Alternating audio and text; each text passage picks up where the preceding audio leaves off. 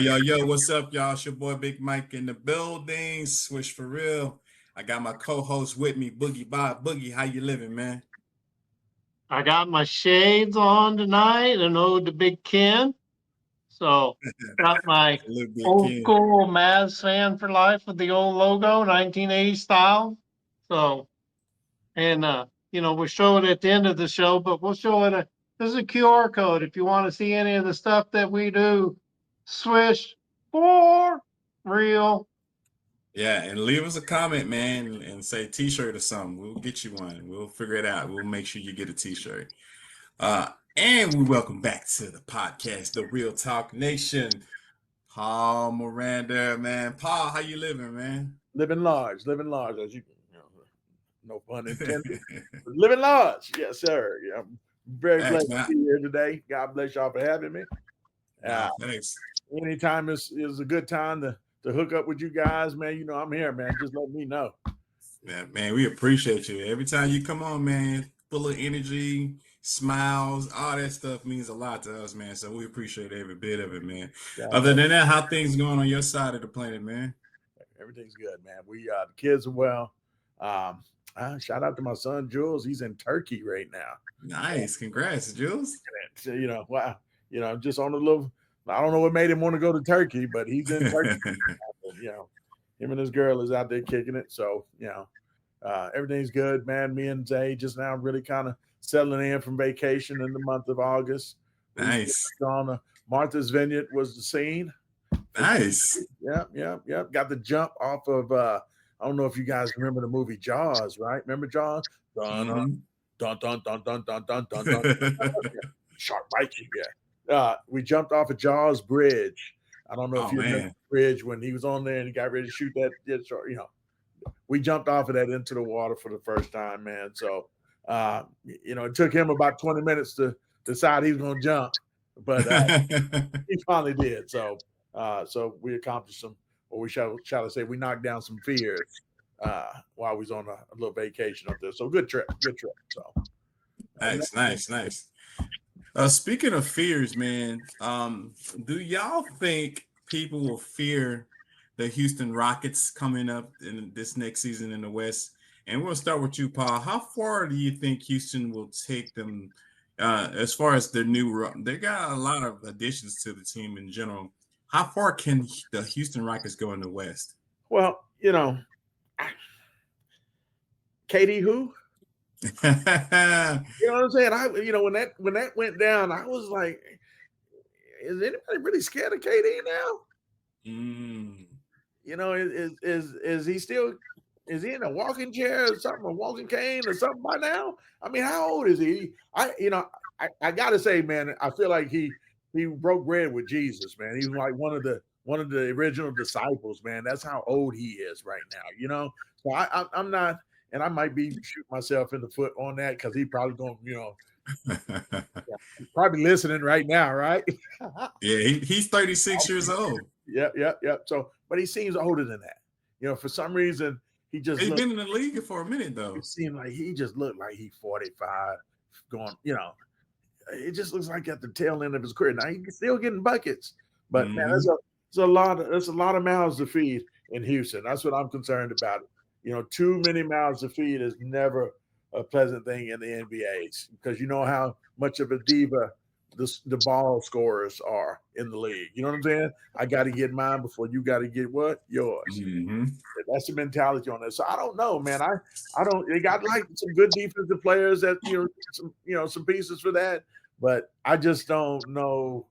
I don't see KDA, finishing the whole season out with them, like that. A lot of young guys. He's gonna try to push himself to be a little bit more than what he should be. Mm-hmm. Maybe, right? Or maybe he won't. Maybe a Cadillac and just ride it out. I don't know. But I think a lot of remains to be seen with that scene, man. And I'll just leave it at that.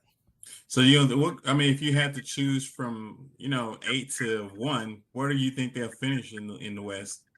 I definitely think they got the pieces to finish second or third. Being honest with you, yeah. As high as second and third. Let me say that as high. But for some reason, man, I just don't. I think they're a bust in the playoffs, man. I don't. They're one of the ones that could probably go out in the first round, early exit. You know what I'm saying? I just think too many mouths to feed, and then, man, I don't want to sound like TMZ or anything, man, but they're saying Udoka still messing with these women out there, man, with these players, girls. I'm like, wait a minute, what? First it was the executives, now you messing with the players, girls. I hope that ain't true because he's a hell of a coach, man. Yeah. But he's, because they said that was the fallout between him and Jalen Green. Well, you remember when that trade went down, everybody was like, why give up Jalen Green, man? And then to find out him and Jalen was kind of beefing on away from everything about his girl. So I don't know, man. It's always a story. One thing I know about basketball, seriously, y'all, even in the AAU ranks, college ranks, even to the NBA, there's always some drama behind who? Girls. It's always like that. Remember So with the additions that the Rockets at the Mavericks, what they break up over? Tony Braxton. Tony Braxton, yes, supposedly. Always a woman behind that door in the NBA. And Sean Kemp. Sean Kemp had like 10 kids from 9 different women. Man, yeah, I did a story on him. Like that was my Yes. So let me ask you this: with KD going, will it be beneficial for Jabari Smith to actually kind of be under him as, I guess you can say, as a mentor? I definitely think it's going to help Jabari Smith for real because I've had the pleasure of talking with KD before a couple of times, and he really does know the game, and he's really one of them kind of dudes that like teaching the young. I've watched him interact with kids, high school, junior high, even on down, and he has that kind of mentality of always trying to help. That's definitely what I want to say positive about KD. I didn't mean to really stab it. Yeah, about him being too old or whatever to help him. But he's really deep down a great dude. I just wish he'd get, do something with his hair every now and then, man. Yeah, I guess that's a pretty boy in me. I got to look fresh, man. I just can't stand guys just coming out just looking any kind of way. You know what I'm saying, Mike? You seem like you with me on that, man. We got to look fresh every now and then. Well groomed. Got to. So let me ask you this last question. All right. With the Rockets having KD, Alvin Sengun, Amon Thompson, Fred VanVleet, and they got Dorian Finney-Smith, you think that's a pretty decent lineup? Because that sounds very competitive defensively for sure, but with the exception of KD. Hell to the yeah. I'd like that. That's like I said, I like the nucleus that they have and in the league. And how you do Udoka coaches. What is he? He practices what? Defense. Yeah. That's what made the Celtics so good in that early run because he's preaching defense. Dude knows what he's doing. The coach knows what he's doing, man. And I'm gonna give him all that kind of props. And I just don't know. I just don't know. How long can KD hold up under that? And is he gonna be held to the same requirements of playing defense like those other guys are gonna have to be? Or I wouldn't care if he played too much defense. Then if I was a coach, I'm going. We're gonna play within the mix with him, but you make sure you get them buckets for me when I need it, KD. If you ain't giving me no buckets, I don't know if I can roll with you like that. If you ain't gonna play D, you gotta leave score where I come from, right? Rob, you with me on that? You ain't gonna play defense, you gotta at least fill the bucket up, So we'll see. That's going to be an interesting mix right there, just to see what happens with that. That's a hell of a story that's coming. So I'm really anticipating that. That's one of the biggest storylines going into the NBA season this year, I think. But like I said, I'm ready for it. I want to see this. And my last question on the Rockets for you: if you said they'll be at the number 2 spot. I said as high as the number 2. I ain't saying they're going to be there. Okay, as high as number 2. So if they, let's say, top 5, if they in that range and they move up, say for instance, to the Western Conference Final, who do you think they'll face off against? It's got to be OKC, right? And if they face off against OKC, how many games will it take for OKC to put them out? If they got matchup against OKC, they're not beating OKC, man. I can't see that. Now, I think that the matchup that they need is something like maybe the Lakers. They need someone else to pop them. Maybe the Timberwolves, but To my OKC. yeah, Houston's going to need somebody to pop OKC because I think OKC and the Rockets are kind of similar. You know what I'm saying? They just don't have that. Well, they do have that prolific score and never mind. But SGA. I think they're very similar. You know what I'm saying? Yeah. And you got a hungry dog, and my boy, what's his name? Shaq. What's his name? SGA. SGA. Yeah. Mm-hmm. Dude is one of them guys that he done won one, but he's looking to do 2, 3, 4. I think he wants to have one of the commercials like Jordan right now. Yeah, man. I like that guy, man. So as a Canadian, so I get it. he's definitely level headed and about his business about winning. So I like that kid, man. I don't know how long Chet Holmgren gonna hold up, man. That's gonna be, that's a little skinny guy there, man. And he did good last year, man. He's going further than I thought he was because I didn't think he was gonna hold up, man. I thought we seen that in Sean Bradley already, but he's a little bit more. Sorry, Bob. I think he's a little bit more Sean was. Yeah, I always use Sean Bradley as a low the floor on a player's potential versus the ceiling, Yeah. I tell you, man, quick story right quick, y'all. I got to give you a quick one. I remember I was at a tournament in Vegas a long time ago, man, and I was watching these 2 7-footers going at each other, man, and this white kid, 7'6", Sean Bradley, was like killing one of the top players in the country, who probably ended up being one of the top players ever in the country. I mean, in the league, y'all know him as Shaq. Oh, wow. And people always say, man, Sean came in with a bunch of hype. Sean earned his hype in the AAU days. I'm gonna tell you straight up on that because he was killing kids, man, including Shaq in the early. Now, don't get me wrong, Shaq dominated them inside that paint, but Sean would always shoot from the outside. And he could really shoot back in the AAU days, man. And I never forget that they went at it like that. And like I said, that's where Sean Bradley got his claim of fame for because he killed Shaq a couple times in the AAU games back in the day. Nice. You also, Paul, you have to remember that Shaq didn't start playing until he was a lot later. Yeah. So Shaq. He was in his early years. Yep. Stanley Robinson was actually the starting center there at LSU. Well, Shaq until his last year. They came out with that. Bad boy too. Yeah. At LSU, 7-footer.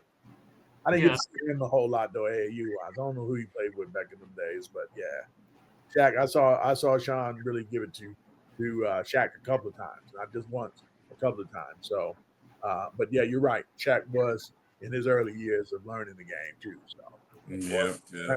Oh my goodness. Wow, dog. Welcome aboard, man. We are actually starting on the first. You good, man? I'm good. It's Jets out for the game today.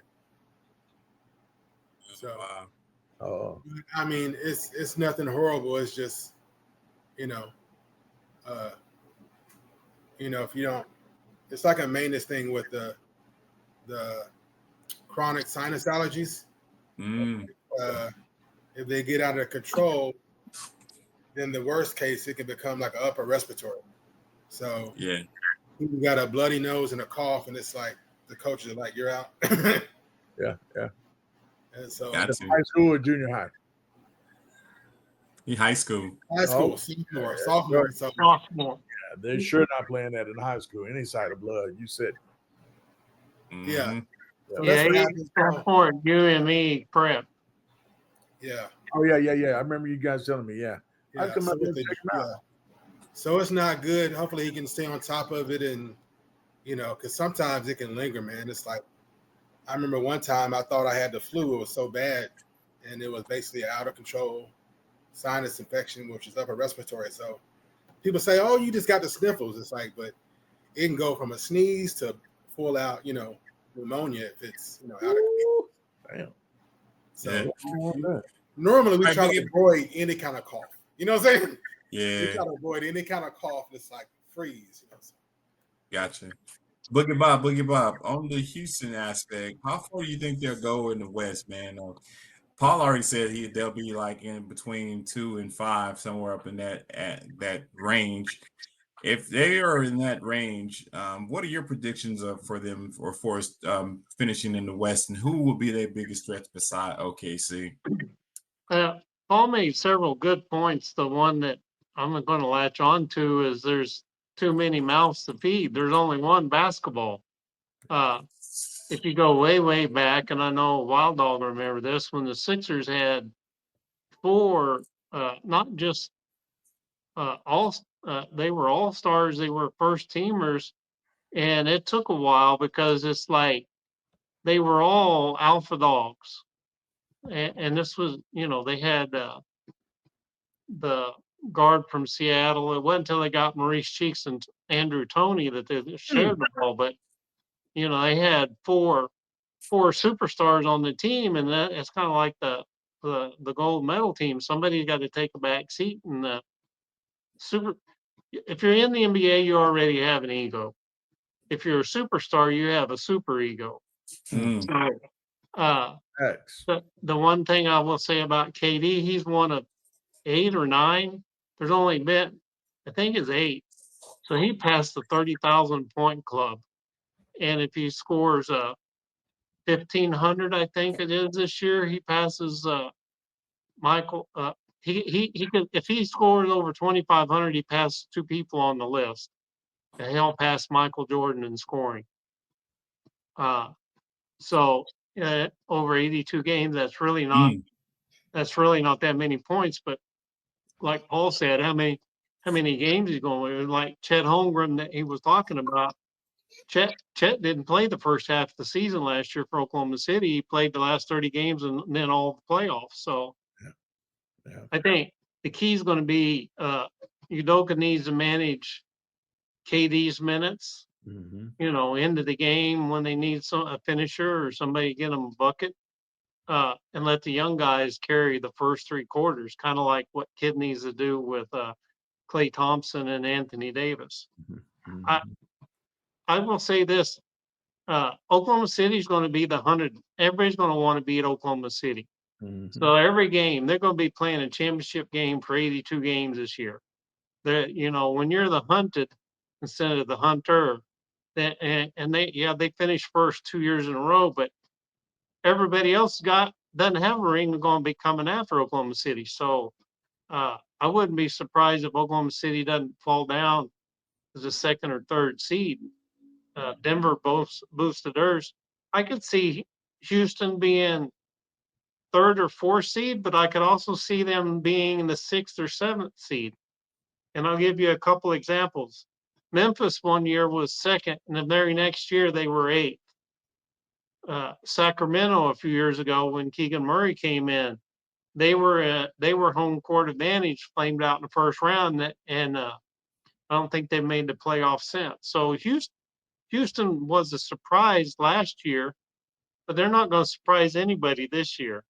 So I think their ceiling is 3rd or 4th seed, but with the West, they could be as low as the 6th in the play-in tournament. And that sounds strange when you add KD and you go from the 2nd seed to the play-in, but they won a lot of close games, and that's always a predictor for the next year. When you win, I wish NBA would change that rule. They consider a contested game 5 points within the last 5 minutes. Okay, that's 2 possessions. And in 5 minutes, there's probably 10 possessions per team. So even if you shoot 40%, you can make up 5 points pretty quick. They should change that a contested game to the last, minute, But that's the one. I just don't think they're going to surprise anybody. And believe it or not, I think Van Fleet is good, but he's getting up there. Trading Jalen Green away. And they got Aaron Holiday too as a got backup. Aaron Holiday, who's been bounced around. But oddly enough, they're going to have the same problem the Mavericks have. great front court, great big man, and no point guard to get him the ball. You know, they could have picked up Chris Paul to help there, but he already been in Houston. He wanted to go back to the Clippers. But, you know, Van Fleet, if you wear him out, he's got that. There's not a lot of tread on that tire anymore for Van Fleet. Mm-hmm. And I think they'll have the same problem that Dallas is going to have. Like D'Angelo Russell may be able to help until Kyrie gets back, but I've said this before, it don't matter how tall you are, if you can't get your feet there, it don't matter. You know, speed's going to beat height every time. And in the NBA, if you don't have a guard that can get the big man the ball, you know, there's double team him and force people to shoot from the outside or kick the ball back out. So they're a little light in the point guard area. And like Memphis going from the second seed down to the state in Sacramento, second seed, and then not even in the playoffs. So there's precedent there where there's a surprise team.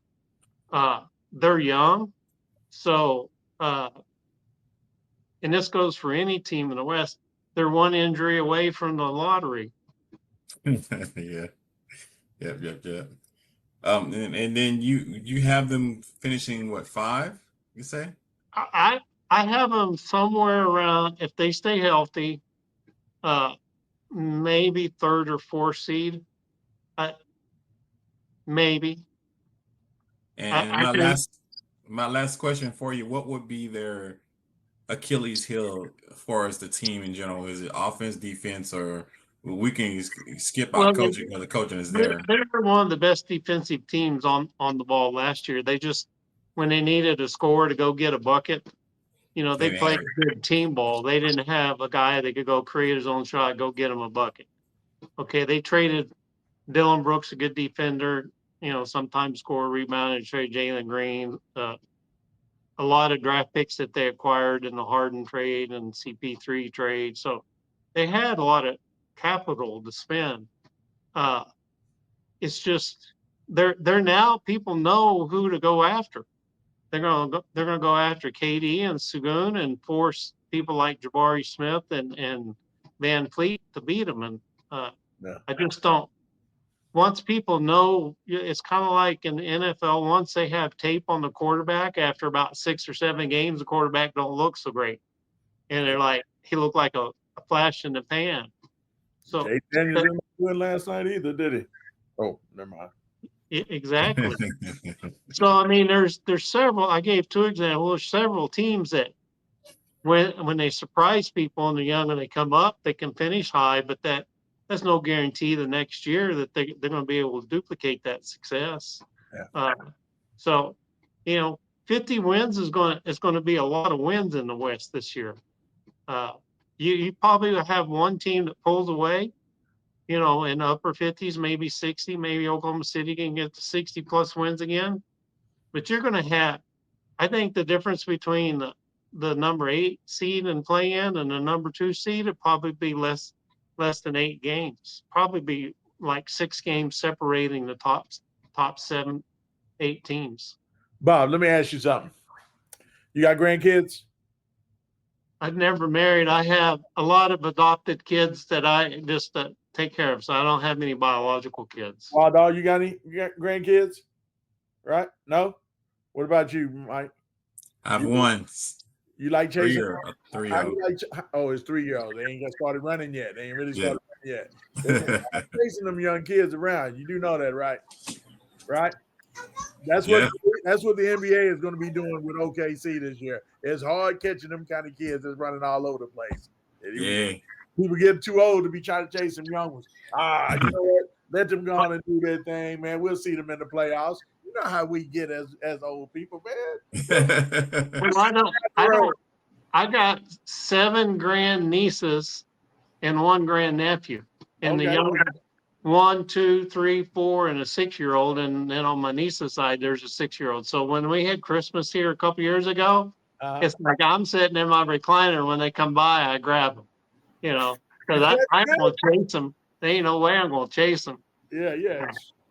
But yeah, there's But That's you what know, they them gonna be doing, trying to chase OKC around like that. It's hard grabbing them young ones. Trust me. well, Yeah, and they got a lot of don't know, energy for sure. I don't know if he kept up, but the first round pick for Oklahoma City this year is out for the season. Blew out his I think it was his ACL, but he blew out his leg, and so their first round draft pick is out for the year. They didn't need him. They And didn't. They got all that's coming back already. Who did they lose from last year? yeah, they don't have too many losses Exactly. as far as players, and they got like 20 plus first round picks over the next 6 years, so they basically can go buy whoever they want. And that's one of the future questions. But I saw I, Giddings got $100 million. Giddings used to play for OKC. They let a guy like that go. yeah, You but Yeah. they got Caruso. If you remember, the 2006 Mavericks didn't have that veteran leader on the bench. Yeah, They yeah, had a lot of youth. yep. You know, Devin Harris is in his second year, and Jason Terry and Dirk weren't that old, but Josh Howard was young. They didn't have that veteran, and you know that's what Caruso gave Oklahoma City that push last year. Okay. Well, dog, for the West, Houston, how far do you think they're going to be going, man? I know they got a lot of additions and a lot of subtractions as far as that team go.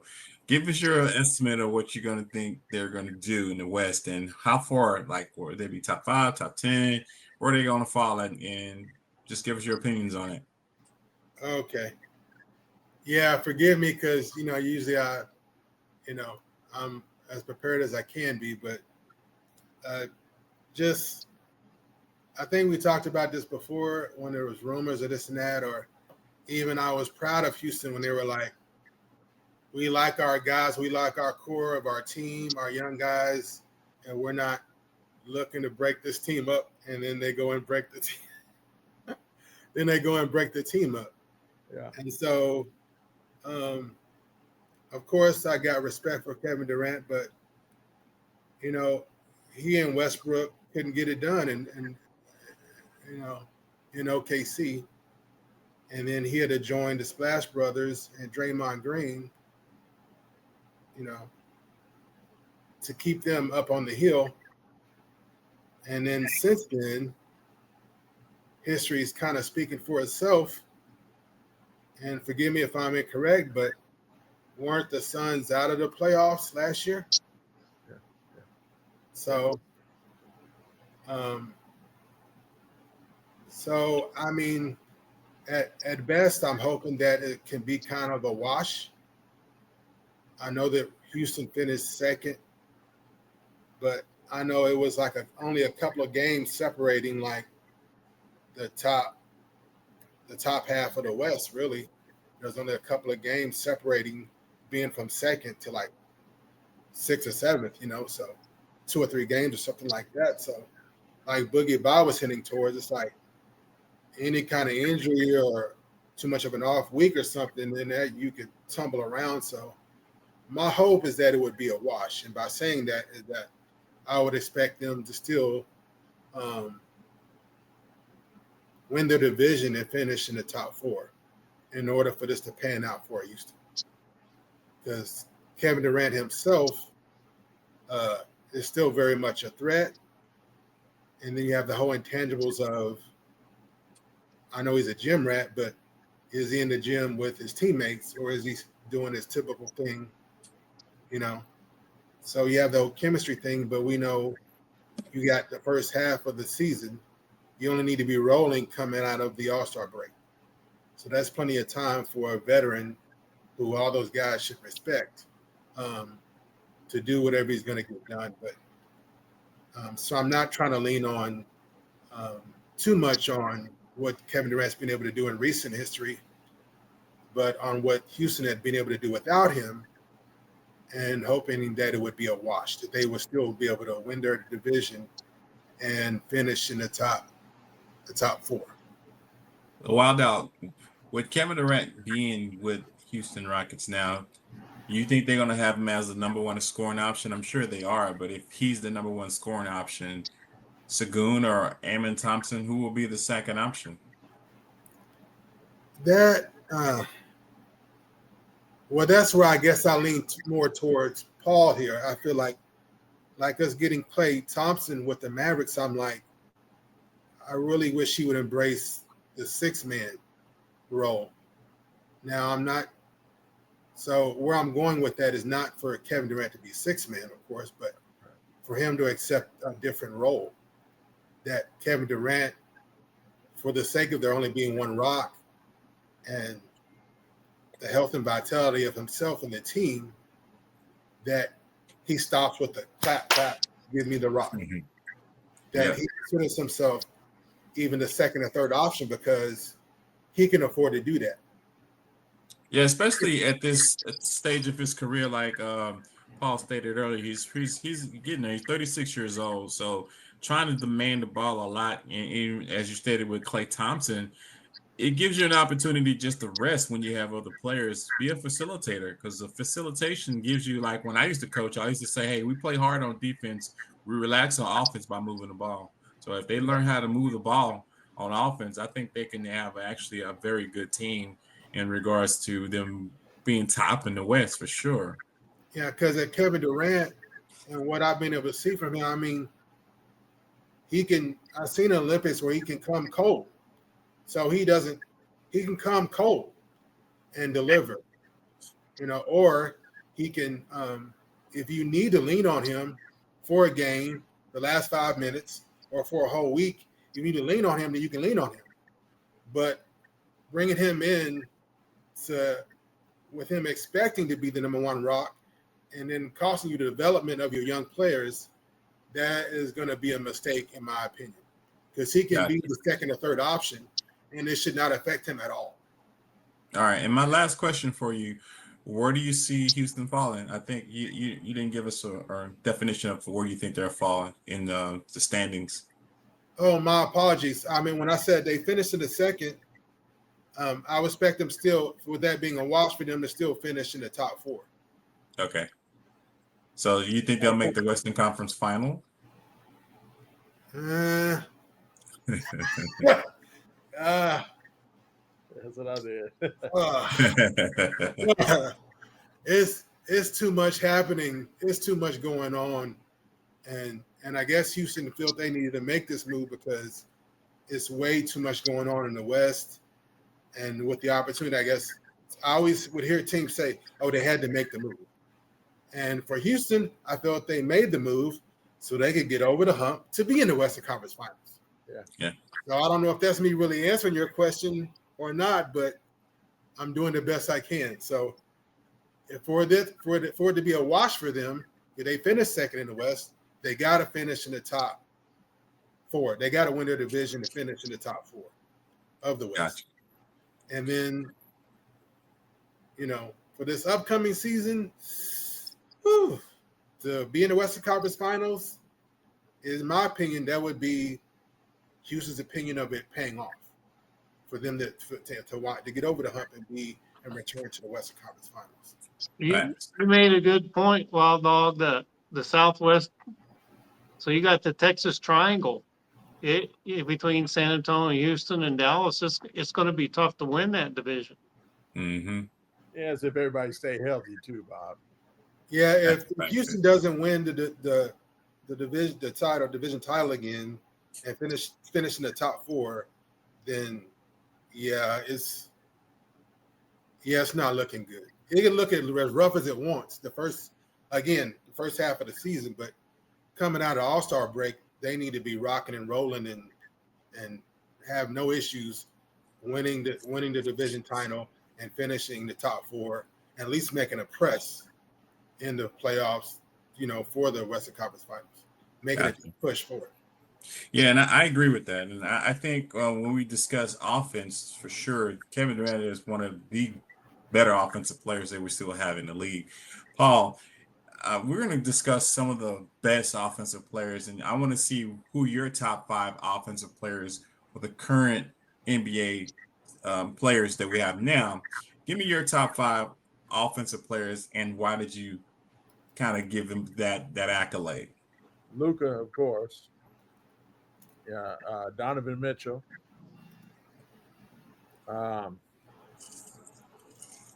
Golly. Uh, I'm gonna tell you somebody that's really caught. Speaking of the Rockets, man, that's really caught my lazy eye on it, and I think is we can talk about Jabari Smith and KD on the phone, but what about what's his name? Amon Thompson. Amon Thompson. And Thompson, I know he's said to be a defensive player, but keep your lazy eye on him offensively because that dude was a scorer, coming up through the AAU ranks and so forth. And I know the NBA changes that a little bit, but I don't know, man. That kid could really score, and it looked like he showed signs of scoring, showing that a little bit last year in their run. But of course, SGA is I think is a top scorer. Man, this what's my guy? Well, all those guys right there get buckets religiously. Yeah, because you got Luka, Amon Thompson with Luka, and then you had Donovan Mitchell, Amon Thompson, and SGA. But SGA won the scoring title last year, didn't he? Yes, he did. Yes, he did. Of course, them are your givens right there. I think I think I'm telling you another guy that I thought Jaylen Brown was a bucket getter too, man, with the Celtics. Yeah. And him and Tatum.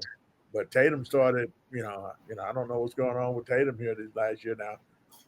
Feel bad he tore his his Achilles, right? Yeah, his Achilles. Yeah, his Achilles. But he was a top scorer. Tyler Hero can get buckets, man. I'm just thinking about bucket getters right now, and man, it used to be a day when we used to really pop off guys left and right. Of course, you can never forget about Steph, right? Right. Of course, you got those Steph in there, and Jimmy Butler. Jimmy Butler was a bucket getter. I don't know too many more after that, man. So let me ask you this though: a healthy Kyrie without Luka, can he be in the contention for scoring champ? I don't never think Kyrie would be a scoring champ. He's a bucket getter though. He's definitely in this category.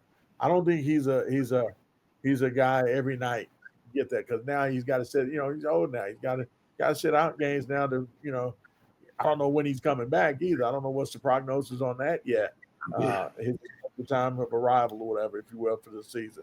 But I think definitely think he's one of those dudes up in there, man. That could be. I think this year's scoring title guy. I mean, it's up in the air. It's going to be a hard one this year because just so many guys out there, man. What if John Morant gets his stuff together? You know what I'm saying? Nikolai Jokic, Giannis, and Jalen Brunson is a bucket getter. And I said Jalen Brunson. Don't forget about our own homegrown player, Tyrese Maxey. Oh yeah. Tyrese got a little fuzz on his chin now. He got hair on his chin now. So what if he ends up being that kind of guy now? Because he can get a bucket. So let's not forget about Tyrese. I don't know too many more, young guys, that have that capability of superseding those kind of guys. But it's always going to be a couple that come out of nowhere that end up being. All right, Luka, KD, Donovan Mitchell, Jalen Brown. You say Jalen Brown, right? Jalen Brown or Brunson? What about Brunson? Yeah, Jalen Brunson. What about him? Yeah, that's what I was thinking. And SGA. So that's your 5. Yes. Right. Yeah. That's not bad. That's not bad. I'm gonna swing it over to you, Wilder. Give me your top 5 offensive players, man, for the current NBA players. Well, let me see what meat's left on the bone here, because when we know it's not going to be Jason Tatum with his ruptured Achilles, I'm going to be giving all those guys a hard time for the next couple of years. But Jason Tatum is not really, in my opinion, a potential scoring threat all the time. Because I don't think you have to look at him as one of those two-way players for the most part. Because you're gonna play 2 ways. Only other 2-way player in history that was pretty good at won the scoring title and defensive player of the year was Michael Jordan. So I don't see him either being any close to that. So he's probably not going to be, in my opinion, a scoring champ Right. at all or top. But with Tatum being out, we don't know what that's going to look like for Brown having to step up. Right. Same time. So it's a potential opportunity, like mentioned, for Brown to emerge, right? But And I hope he does. I'm so much a big fan of his. Oh man, I left you one good one right now that you should know off the top. I can't believe we forgot this one. what? Oh, but boy. and then we were just talking about Houston. Minnesota. Yeah. Oh, Anthony Edwards. Anthony Edwards. Yeah. Wow, dog, I'm trying to help you, man. I'm getting there because I want to make sure I don't miss the whole thing with Durant, because we were just talking about Durant, and he's always been a prolific scorer. But Is he top 5 this year? I really feel like it was. This is where I'm going with this. Okay, all right. He really shouldn't be. He really top 5. He really does not need to be. But I got a feeling, just it being what it is, and egos being egos, and him being the veteran new kid on the block, I wouldn't be surprised. If he's down in Houston, leading and scoring like he was leading in the Sun and leading in Phoenix, which is not what they need.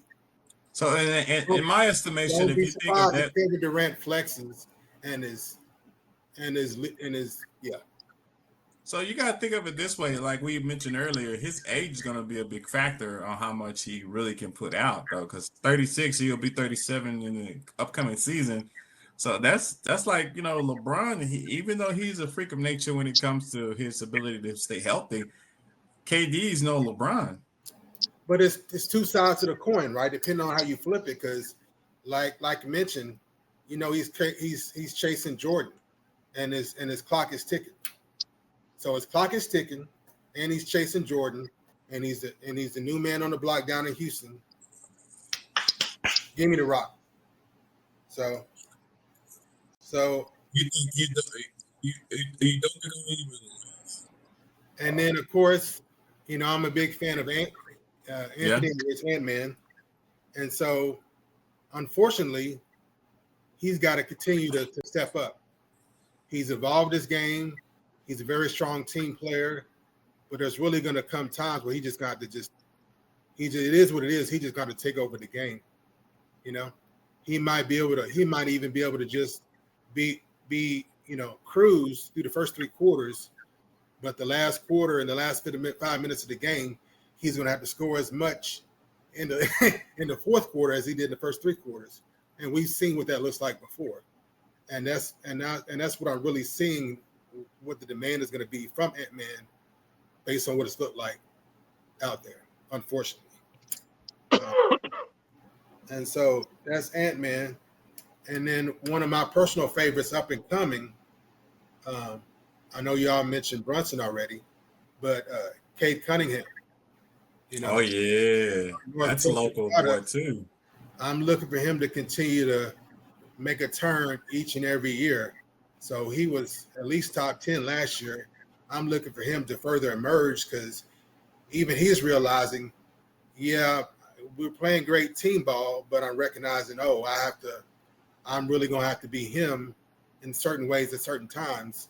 And that's really going to up his production in the scoring stat. It just like it is for Anthony Edwards. It just is what it is. Instead of, he's going to have not necessarily demand to rock, but be the guy that's just going to have to be like, I know it's my time. You don't have to tell me, and just take over. Gotcha. And then always, despite his play, and his mentality of pass first, Jokic is always going to be in the conversation. And then with another Achilles injury, unfortunately, the Greek Freak is going to have to take on a load. He would be my choice for scoring champion next year, because he's the man. He's lost his Batman, and it's all on him now. So you got KD, Anthony Edwards, Cade Cunningham, Yoka, and Giannis as your top 5. Yeah, I'm really betting on Giannis Antetokounmpo, Greek freak, that would be my number one pick to be scoring leader. No disrespect to SGA, but he's going to be leaning into more team ball, especially with a target on his back, like Boogie Bob was talking about. I still say Kyrie is going to be top in scoring this coming season. Boogie Bob, give me your top 5, man. What are you talking about? Offensive players that are current in this current season coming up. What do you have? Well, I don't know how many actually still read the paper, but the morning news, at least once a week, they have like the top. What is the paper? What is it? What do you They, mean by paper? they have the list of the top scorers, the top assists, the top rebounders, top blocks, and so there's run the number of players that average 25 points or more a game. You're talking about the top 30 players in the league. Mm. And as Wild Dog has mentioned several times, the game's gone to positionless uh, players. Uh, and thanks for leaving a little bit of meat on the bone, but I actually have a 1A, 1B for each position. So at point guard, I got Luka first and SGA second. Mm. At shooting guard, I got Ant-Man and Jaylen Brown. Jaylen Brown Like may that. Jaylen Brown may get more double teams without Tatum there, but you still got Derek White that can pull that ball and get that ball to him. I think you'll see Jaylen Brown dominate more in scoring because he'll get more shots. He may not his shooting percentage may go down, but so shooting guard I got Ant-Man and Jaylen Brown, and I like that. Uh, Paul mentioned Donovan Mitchell. I don't care for Donovan Mitchell though. At power forward, I got Pablo Banchero That's my and guy. and Anthony Davis. And then at small forward, I had to add this third one because I can't leave him off the list. But I had KD and Kawhi, and because of what Wild Dog was just saying, you had to add Giannis there. And then at center, everybody's mentioning Jokic, but everybody forgot about Wemby and Yamba. Embiid. Embiid won a scoring title a couple years ago, but if he gets his knee right, uh, that opens the door for Maxey. That's why he's had to carry a load. But so as far as number one in each position, it's Luka, Ant-Man, Banchero, KD, and Joker. But those other 7 players I mentioned are equally up there and capable of winning. So, Wemby's coming into his third year and he's got more weapons around him. So, you know, like the movie, feed me, Seymour, feed me. And So your top 5 would be who now? I know you had A and B, but out of the top 5, Luka, Ant-Man, Banchero, KD, and Joker. that's nice. That's a top 5 for sure. Cool. I appreciate that. Paul, the last time we talked, you gave us a great story about PJ Washington, Yes. and man, I enjoyed it, man.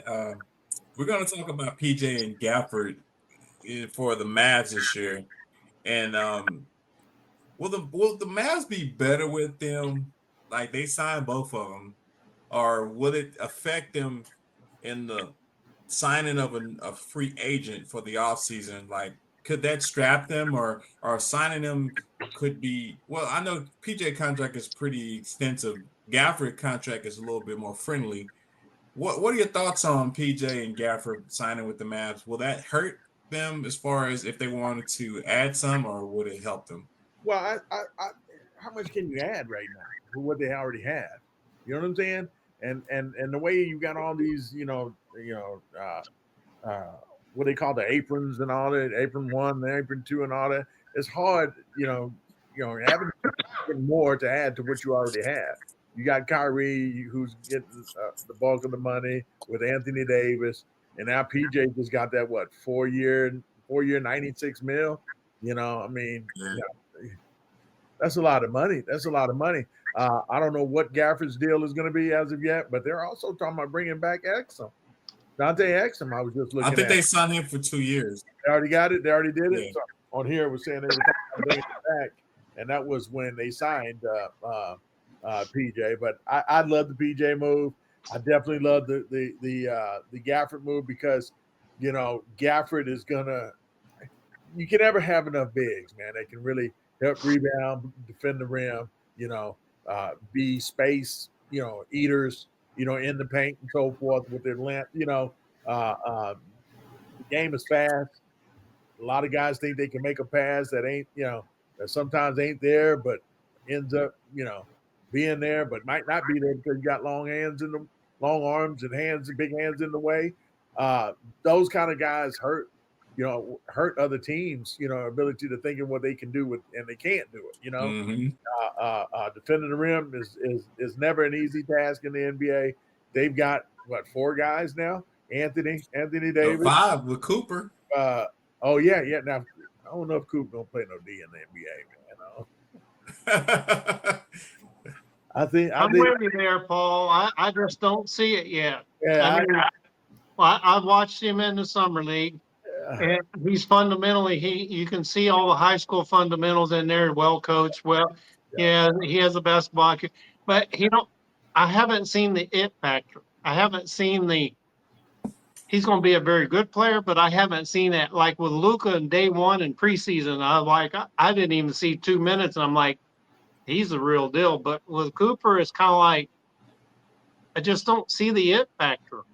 The thing about the Cooper flag is he was in the right place at the right time. You know what I'm saying? And it was the right time to be what he was coming up right now through this group right now. And he's good. He's just not. He just don't reek of being a superstar. That dude that he was good. He killed in the country. He went all over the country. He's going to be a great player. I thought Christian Laettner was a great player. You know what I'm saying? And, I think Cooper Flag is along those lines, just a little bit above that. Defensively, I'm not seeing him being a defensive player in the league. Man. I think that's one of the main reasons why they got him, because they thought he would be a great defensive player. I don't know about that. I know that. Sometimes when you make a play like that, you gotta spill out everything like that to make everything sound good. But the reality of Cooper Flag is I've never, ever, ever, ever really seen him defend that well. You know what I mean? Ever? Yeah. I mean, you have perch, and I'm talking about consistently. Let me put the consistently, part in there. He has highlight. He has highlight. Yeah, yes. He'll make it every now and then, Mike. You know what I'm saying? But don't expect him to do that religiously. Trust me when I tell you that. Now get you a bucket, he'll get you a bucket before he'll try to prevent one. Trust me when I tell you that. Great. Now with PJ, I'm saying with PJ and Gafford, will they help him, as far as bringing him along as a rookie? Well, because he's gonna play the same position as PJ, pretty much, right? Well, yeah, but PJ's game is a lot different than Cooper. He's a Swiss Army knife. Yeah, I think now that PJ's been in the league, I love the kid, but that corner shot is money for him. Mm-hmm. That's been his bread and butter since he's been in Mavericks. And if he's not hitting that, we're in trouble, right? I'm not expecting him to do what Cooper Flag does. I need him to hit those. That corner shot is money, and that wing, that 3-point shot that PJ hits. If he's not hitting those shots, then we got a problem with PJ. But Cooper's going to get to the rim. Cooper's going to shoot the 3. He's going to make the pass. So he's a much different player than PJ, man. I expect him to school him a little bit on being a pro. But as far as the nuances of knowing how to do this and how to do this and how to do that on the floor, mm-hmm. I don't know if PJ is going to be my guy that Cooper needs to run to on that. Being honest with you, right. I'm not sure anyone on that team really. He need to. I definitely think he'll be partnered up with Kyrie a lot. You know what I'm saying? Because he wants to be on that kind of level. I don't think he's looking at PJ, saying I want to be like, on PJ. You know what I'm saying? So guys like that, and like I said, Cooper Flag has always been in the upper echelon of the group of people that he's been with. Yep, he's not that being hanging with the middle class guys. You know what I'm trying to say? He's with the upper echelon, and I don't see him doing too much with PJ on that. So Yeah, it makes sense. Well, dog, your thoughts on the Gafford signing, the PJ signing? Has it stifled them as far as the team goes, and can they, move forward with what they have, or if they need to get rid of one of the contracts, whatnot? What are your thoughts on those two guys being signed? Yeah, despite the I guess the kind of the talk about how as long as we got Kyrie, free agents are always going to want to come to Dallas as long as we got Kyrie here. But they did what they did out of necessity. That includes the contract with PJ, the contract with Gafford, and re-signing Exum because they needed to. If they had the pocketbook and the wherewithal and the interest of other potential free agents or that type of market, then they would have left way more room to be able to do that. So those three moves to me are evident that this is what we expect to have because this is basically what we can afford. And I don't want to talk about another player that we should have kept, but anyway, this should be plenty moving forward because between Kyrie's contract, if AD wants to continue to stick around, and then Cooper Flag pans out, it's good we have a G League team for guys to come in and need them. And that's what happened this past year. For a while there, we were looking more like a G League team. We were looking more like the Texas Legends up in Frisco, the G League team that we were. Yeah, last season was tough for me to watch, man. I've still watched, but I was so disappointed at all the injuries, and I'm glad we did sign PJ and Gafford to kind of solidify the roster in essence. But I don't know what else with D'Angelo Russell per se. How is he going to really be effective? Is he going to be effective is the question. But with PJ and Gafford signing, I mean, I don't know if we can add like Paul said earlier. Do we have room to add anybody else? Yeah, and then that's why we didn't just go jump and grab whoever we could. If we're never been a huge attraction for free agents, and then if we were a huge attraction for free agents, and if we had the money, then with all the injuries, that would have been a perfect time to go do something to save the season. So moving forward, I feel like no, we made sure we locked in the players that we had so we could keep them because that's absolutely what we have to do because we cannot rely on free agency at all. And let me ask you this last question. Do you think those signings is kind of one of those things that you would call a Nico signing where he want his players in here?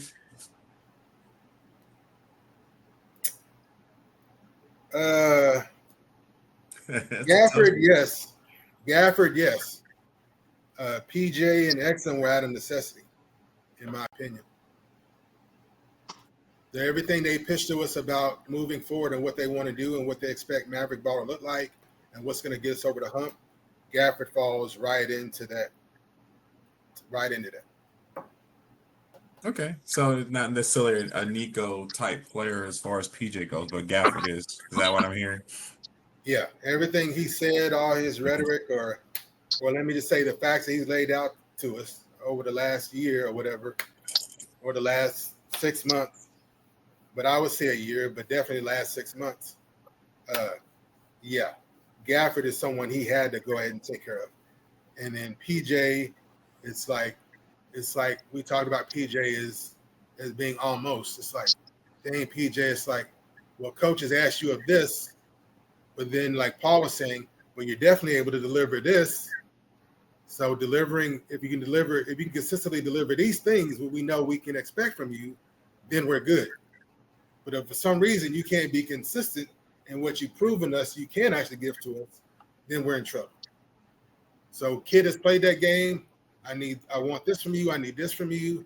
And PJ is like, where am I, coach? And Paul laid it out for us. As long as he's able to do that, he'll be good with Kid, and we'll be okay as a team.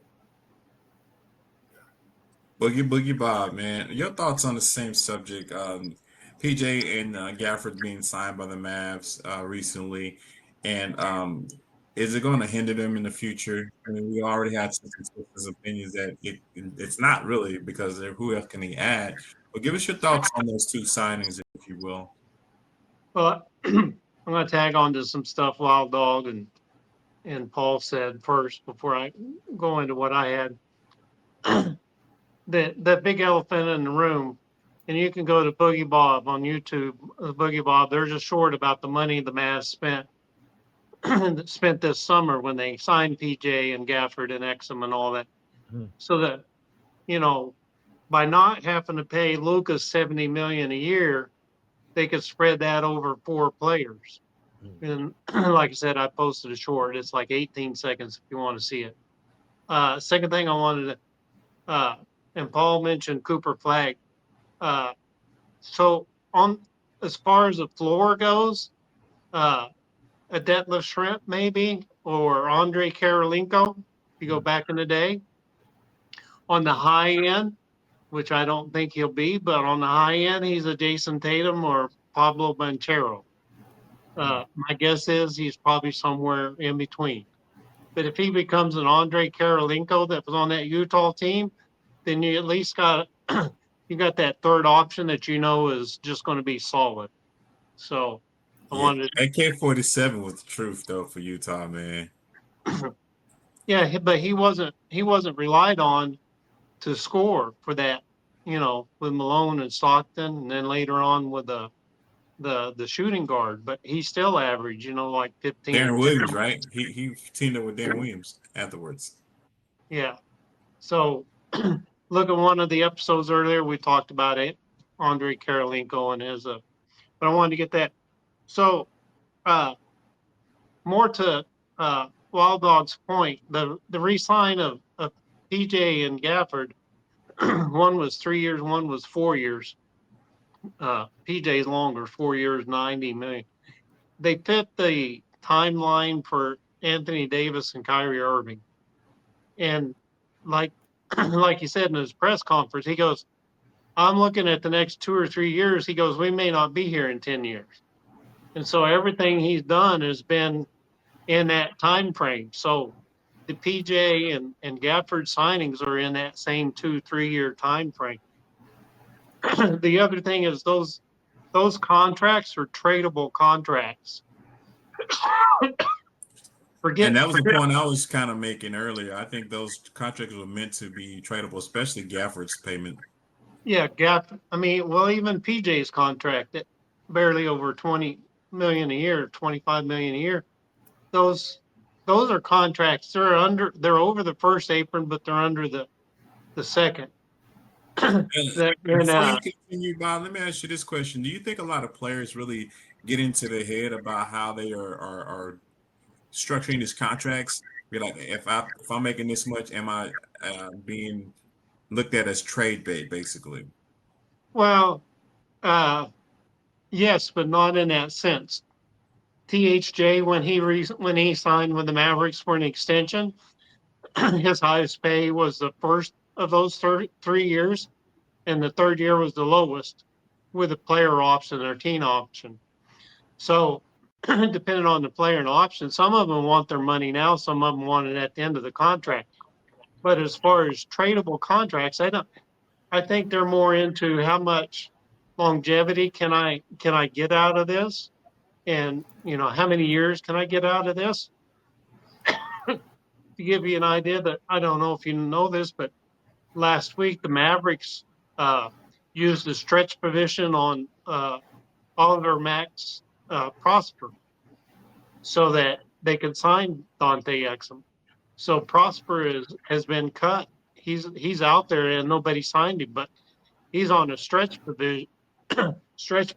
So they're close to getting under the first apron.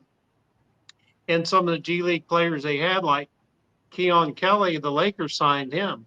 But those are tradable. I mean, it's not like Damian Lillard's 40 plus million, or, it's not $45 million contract. Those are, 25 for PJ. I think it was like an average of 12 or 15 for Gafford. Those are contracts with the exceptions and what have you. Teams can actually fit them in their salary cap. Excuse me, allergies are getting me too. Well, Yeah, me too. Got my stick. Here's the other free agent extensions, and I I have a tier 1, a tier 2, and a tier 3. Okay. These are players that signed extensions this summer. In tier 1, Luka, SGA, Chet, J-Dub, Jaren Jackson Jr., Montero, and Booker all signed extensions. Those are all guys that have the potential of being superstars, and most of those have a potential of being the MVP or at least the best player on their team. Nice. Tier 2, these guys are good players. I have Miles Bridges, Harden, Ayton, Aldama with Memphis, Julius Randle, and De'Aaron Fox. Good Julius players, Randle, what a name. good players who put up real good statistics. Harden's really the only all-star in there, but solid players that put up good numbers. And then in tier 3, these players signed the extension: Van Fleet, Carl Levert, Jabari Smith, Herb Jones, and Josh Giddey. And Good we talked about Josh earlier. Josh has got $100 million. Well, they're all good, solid players. Van Fleet's a little older on that, but Jabari Smith's the only one of those that climb out of tier 2 up to 2 or 3. But those were extensions that were signed this summer. And when you look at PJ and Gafford's signings, that the money that the Mavs paid for them was very reasonable compared to all those signings. Oh, nice. And I think them signing them tells a lot about what the Mavs are trying to do with the team and the roster in general. They're trying to solidify it and also have room to actually negotiate with free agents. So if they do find something out there that would fit better than a PJ or a Gafford, I think the better trade they will be Gafford for what he did the last couple of years he's been here. So I would probably see him moving on and trade before I see PJ moving on and trade. Well, the thing about being under apron too is they can still aggregate contracts and they can still use trade exemptions. They have quite a few trade exemptions from past trades. So, if there was a superstar they really wanted to go, and say Cooper Flag turns out to be better than what all of us predict, then PJ and Gafford and Dwight Powell's contract all together gets you one guy that's $40 million a year. Yeah, that'll be tough. Oh, so let's switch gears, and I want you to kind of to explain to our listening audience, watching audience rather, about 6A, 5A, and 4A. Those tiers. We're moving over to the subject of who's going to win the state title in Texas, and I never really had a clear understanding of why they chose these numbers in the alphabet together. Can you explain what those mean, 6A, 5A, and 4A, and then give us your thoughts on who you think is going to win the state titles for those 3 particular tiers? I don't know why they came up with the alphabets like that. Being honest, just different brackets and for different groups. Used to be 5A was the highest classification, but then started growing into 5A. Then they said, you know what, that's getting too big. Now let's create a 6A to it. I mean, it just kept going up and up because more schools. It's just basically the population of schools keep growing, and now they just add. Pretty soon it might end up being a 7A. So it just depends on the growth of. That's how big the Metroplex has really gotten. That's how big the Metropolitans in Houston has gotten. San Antonio, Austin, a lot of Texas is, bottom line, Texas is booming, period, across the state. And so as the enrollments, the schools that are getting built, and these enrollments continue to grow like they are, then that's what draws the classification to go up and so forth. So, and speaking of, we haven't said anything about it yet, but Duncanville, they only have one high school. Well, I know Pace is a high school, but they don't have a team. But will they be able to build another high school as big as it is already? They're set in with what's happening for the one school right now. They'll never do another high school for the city of Duncanville. So, and what tier are they? Because DeSoto's population doesn't drop now. Eventually, you kind of feel like Duncanville is tapped out now. No one's really moving to Duncanville now. Nobody's moving to DeSoto. No, Lancaster is still growing a little bit. That's why they moved up to 6A. It's all about the population of your school, attendance and so forth. So that's what causes you to go up classifications and so forth. Now, a school like Kimball High School, who was 5A, they had to drop because their enrollment was pretty low. Now, the basketball team could always compete, but the football team and all the other programs, baseball and all that, they were getting killed. And they was like, hey, man, we got to look out for the other programs as well now. Carter's in 4A as well. So Carter's in 4A, and that's based off of the attendance, correct? Yep.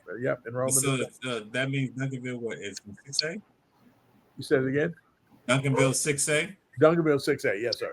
That's still going to be good. Now what they've done now, and it's been a big money getter for UIL, is now they've made it just like football and basketball. They made it, big school and little school now, and so the 4 teams that fit the top 4 teams in each district, you'll go big school or small school based off attendance of the 4 teams. So last year, Duncanville had to go big, even though they tied. Duncanville and Lancaster tied.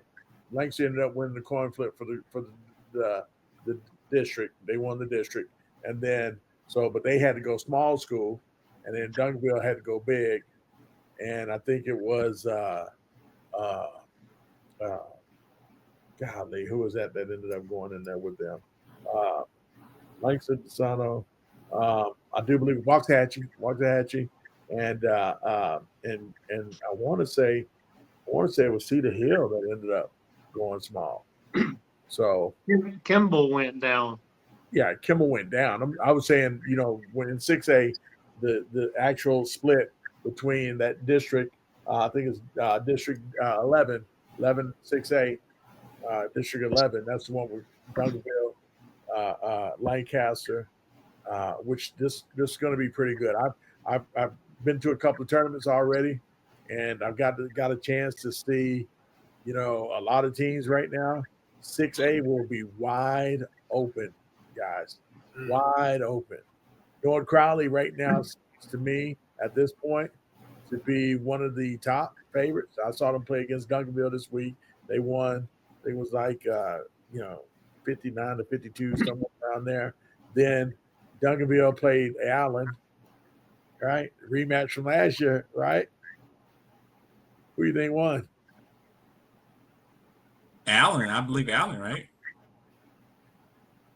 Duncanville beat him? Wow. Yeah, and Coach Peavy's gone. He's no longer at Duncanville. Don't short Duncanville because of that. Trust me on that. It's largely because of, right now, they've got a bunch of guys that, I think a lot of guys that do too much of the same thing right now. I think that's going to be, if anything, that's going to hurt them. But man, they get after you. Deuce Hunt, Chris Deuce Hunt. He is the returning. A couple other players are returning. They've had a pretty good fall so far in summer, and so he'll be the bucket getter for them. But they got a bunch of guys, man, that just really get after them. And Allen, I know in Mansfield, Timberview is supposed to be pretty good this year too. Yeah, Timberview is real good. Jonathan Williams, point guard, 5'10" point guard that plays above the rim. You guys are gonna love this kid, man. This kid does it all, man. I know somebody said about Pace Academy and Yeah. what academy was you talking about? Will Dog. What's the academy you were talking about? I heard you say something. I know we got Faith Oak Academy in South Oak Cliff. Don't put Faith Family on your schedule, and don't put Dynamic Prep on your schedule if you're trying to have a good outing, because they are going to smash everyone. Yeah. Dynamic Prep is out here in Irving, so yeah. Dynamic Prep has not only Marcus Spears Jr., right? He's like 6'9", 6'10", right? They ended up getting Cameron McGilvery from Crowley. And yes, he ended up leaving Crowley, and he's over there now. But that ain't the dude you got to worry about. This dude named Seven Spurlock. Write his name down. Seven Spurlock. Next Marcus Smart. Seven Spurlock. Dude, I'm writing it down right now. If you got a chance to go see Dynamic Prep, go see them play. I'm telling you right now. I've been in Irving 5 years, and I keep hearing about him, and I read about him a little bit. But oh my God, I'm be honest with you. I just saw him for the first time this weekend. Yeah, my God, he looks like Marcus Smart in high school when Marcus was at. Now he's not that killer like Marcus was, but he's right there. There you go. Write that name down. I'm telling you, Mike, if you ever get a chance to go, you hear that they're playing somewhere, go see them play. Jermaine O'Neal has a squad, y'all, that's going to be able to compete nationally, guys. Trust me when I tell you that. And that's the biggest thing right now. We finally got two programs, not one, but two programs that can compete nationally that I'm really excited about, man. Jermaine O'Neal with Dynamic Prep has got some good stuff going. And then Coach Brandon Thomas with Fate Family, this squad that he has right now, I just saw them for the first time. They got these twins. I can't think of their names right now, but kid that really had me just goosebumps on right now, a guy named Kyle Amidi, Amidi, excuse me, AD. He was at Mansfield Lake Ridge. He's a junior. And I'm telling you now, Lake Ridge is going to regret letting that guy go. Trust me when I tell you that. Because when I saw this guy was banging on everybody. I mean, he had like 4 dunks, y'all, in like the first quarter. On people. Not in transition. I'm talking about coming down the lane like somebody just spread like Moses spread the Red Sea, right? Wow. And if you were under there, God bless you, child. So, Paul, for 6A, 5A, and 4A, who you got winning those titles? North Crowley with Isaac Hayes. They've got a big white kid now that's like 6'8". He's going to help out tremendously. Trey. Is that 4A, North Crowley? 6A, yes. Okay. Trey Hall, another 6'7" kid. I think he's a sophomore this year. He'll be big for North Crowley. I'm calling North Crowley the favorite right now. I think Duncanville will compete. I'm looking at. Whoa. Y'all, regular Mesquite. Pay attention what I'm going to tell you about these guys. Yeah, I still live out there. 6'9" freshman named Alex Alexander. That's unique. Alex Alexander. They got another 6'8" kid. DJ, I can't remember DJ's last name. They got a 6'5" kid and another 6'5" kid. These guys can play at Mesquite. They're in that same district with Duncanville and Cedar Hill and DeSoto. The biggest news in that district, by the way, y'all, I don't know if I ever told you guys about Caden Johnson. Remember I said Caden Johnson, one of the most prolific scorers that's in 6A right now. He transferred, y'all, to Dallas Academy. And it just happened this weekend. Where did he transfer? Because he wanted to go to he wanted to play on the national scene. Yeah. Actually, I think it was either Pace Academy or Leadership Prep. So, interjecting with all this right now, there's a storyline that's going on that's got a lot of high school coaches really ticked off right now. They are losing their top players. We talked about McGilvery from leaving Crowley. I mean, Timberview had 3 guys that they lost. They lost 3 of, not Timberview, I'm sorry. Mansfield Summit lost 3 of their guys. The only guy there now is Cleo Brandlin, the point guard, who I absolutely love. But they lost 3 other guys, leadership prep. Legion Prep is going to be a good prep school. They got some dogs over there. But there was one kid that left for Mount Verde too. Who?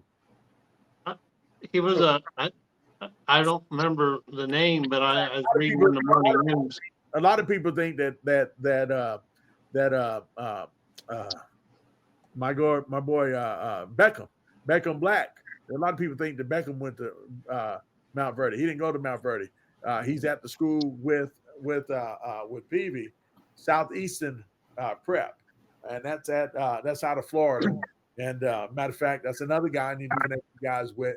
So Peavy. I don't remember the name, but there was one player that went to Mount Verde, one that went to IMG, and one that went to Sierra Canyon, all from the Dallas area. Yeah. So it just proves how much talent when national schools that have been on the radar for decades are recruiting Dallas players. That tells you how good the players are in Dallas. Well, who you have winning 5A though? 5A, Mansfield Timberview. Mansfield. Okay. I don't see I don't see too many people messing with where does Plano East fall, Paul? They're 6A. They're 6A. Okay, they're 6A as well. Okay. And then your 4A pick, Paul? 4A, Dallas Carter. Oh yeah. Put your money on Dallas Carter.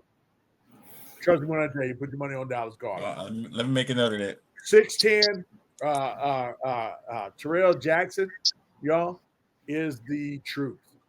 Now, they also got another kid by the name of Chat, 6'8", 6'9". He's bad. They got a point guard, man, that I absolutely love. He's nicknamed White Boy. Light-skinned kid, but light-skinned brother. Big hoop. If you were there to see Dallas Kimball whoop up on Carter last year, payback is a mother. That's what the people told me. I see that. I like that. They singing that song by Drake, Revenge. Something about revenge. Looking for revenge. Hey, Carter is matter of fact, like I said, tomorrow I'm going to be at their shootout tomorrow. They're having the Carter shootout at Carter High School and Ellis Davis Fieldhouse. Y'all, there's a big lineup out there, man. All you guys need to come out and check out. Support them guys, man. You got a bunch of slew of teams there. Sock under new leadership right now, by the way, y'all. I don't know if I told y'all about that. Antoine Thompson, who was coaching what was that, Stony Point? From Stony Point. He's now the head coach at South Oak Cliff. He had 2 good runs. Almost at they were one of the favorites to win it all last year in 6A. Stony Point, Division 2, the small school, and they ended up getting upset in the second or third round. Because remember, Lancaster, they were supposed to be the top seed. They got popped in the first round.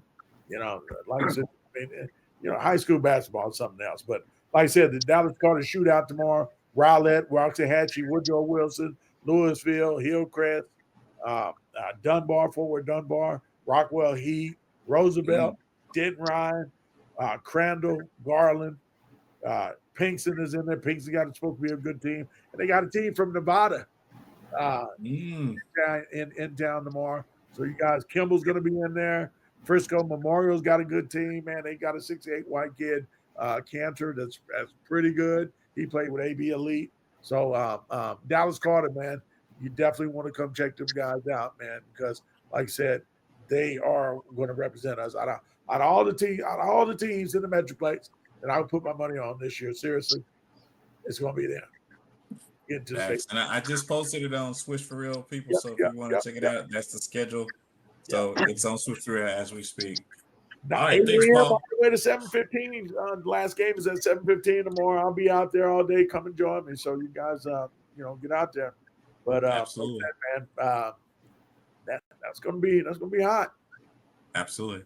Well, dog, your thoughts on who's going to win the 4A, the 6A, 5A, and 4A titles in basketball for the state of Texas? Who you have? Oh man, I get scrambled with who's classified as what. So just bear with me here. I wanted to, I don't want to repeat Paul, but I did bring up Plano East, and Paul did clarify that they're 6A, and then Paul did go in deep on Faith Family Academy in Oak Cliff, and then Dynamic Prep out of here in Irving, and they're really on the national scene. But my son goes to a charter school, so I never fall asleep on, what I'm saying, on the public charter or private schools. I don't fall asleep on them. And then Paul mentioned Stony Point. I didn't know they had lost their coach. Yeah. But but I had Stony Point out of Round Rock. I got people down there. Yeah. And I didn't know they had lost their coach. Yeah, So, he's not good. Sounds I made a note there. And then I also, with folks out of Austin, Travis County area, I want to give mention to St. Michael's out of the Austin area. Okay. My boy Son Charles, God dog it, I can't think of his last name now. I need my butt, but it'll come to me. He's one of my Indian kids, one of my favorite ones in the state of Texas. St. Michael's. Bad boy. Bo Ogden is at St. Michael's. You remember? Oh no, Bo transferred to Westlake this year, Wild Dog. What? Yeah. Bo Ogden, Bo Ogden's dad is one of the assistant coaches at University of Texas. He transferred to Westlake. Man.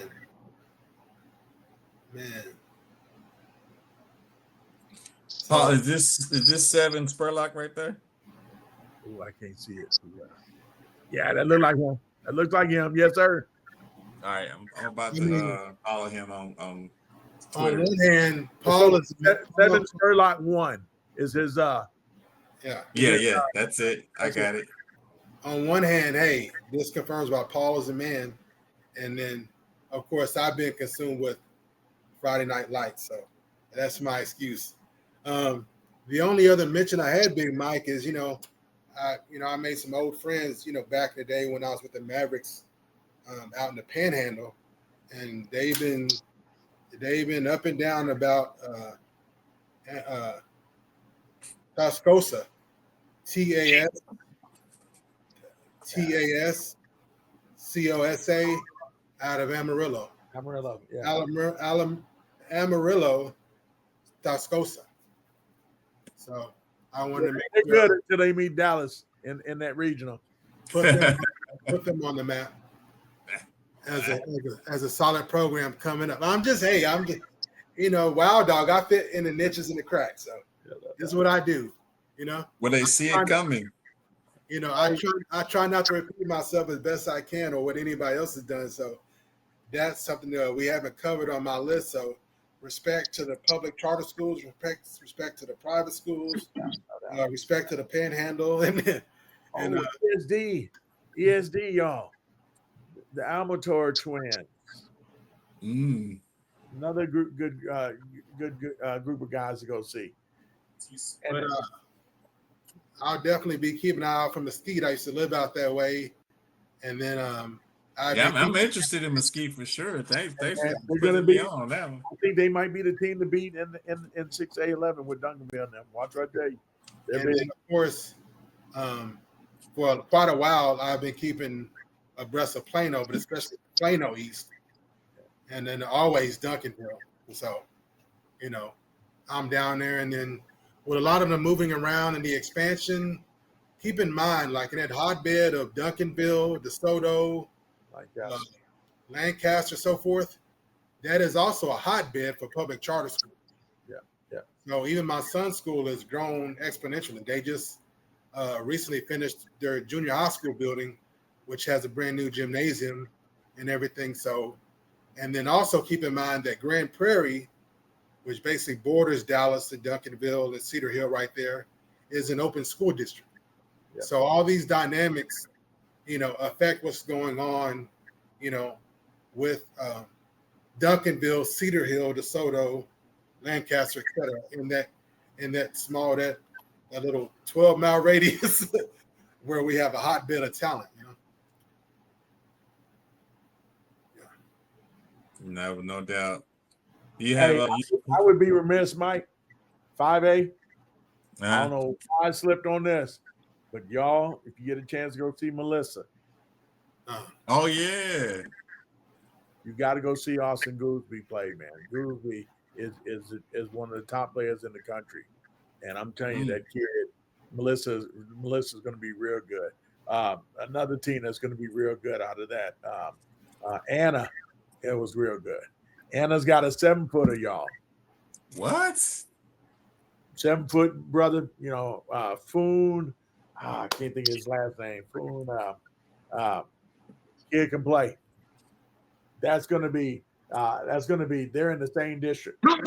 I think I'm going to sneak out there one day. Bless you. Yeah, I'm going to sneak out there and go see them play Melissa versus Anna, because that's going to be a hell of a game there. Another team that I was looking at, Frisco Memorial. That whole district is because Emerson was pretty good. I saw them play as well. I'm trying to find the other school. Highland Park is always good for 5A too, so don't sleep on them. But I wanted to make sure that we talked about them, man. Regular Denton is good too, man. They got Ethan Sheets. Because I saw them play, Denton's going to be pretty good as well. Nice. So, but 5A will be pretty tough, man. So I'm not sure about the Houston teams right now. I'll be checking them out over the next couple of weeks, and so I'll have it more in depth the next time that I'll be on as far as what it looks like on that. But that's pretty much the Dallas scene. Gotcha. Look about 5A, 6A, 4A. Who you have winning the basketball state titles? And I know you said you was going to defer to Paul a lot, and I get it because Paul and we glad to have. Now I'm excited more about high school hoops now for sure. Yeah. I appreciate that. So Boogie, give us your thoughts, man. Well, and I just followed the paper, and that's how I found out about Hoop Fest about 5 or 6 years ago. So I got to see Jalen Green when he was here. Yes. I got to see Bronny's son when he was a freshman, and B. Wade's son, and Cade Cunningham, Khalil Ware that plays for Miami now. Yep. I took Wild Dog and his son to see Trey Johnson versus Casey Wallace and Ryan Griffin. Ryan Griffin. So there's usually players that the Dallas Morning News talks about, and they always have. Of course, we just started football season, but when it gets to district and what have you, they have players to watch and games to watch. But these are the schools. I didn't specifically pick anybody, and it was the North Crowley Allen game that I got Paul's contact information last year, and that point guard that North Crowley had last year, Isaac Hayes. 22. Yeah, Isaac Hayes. He's a player.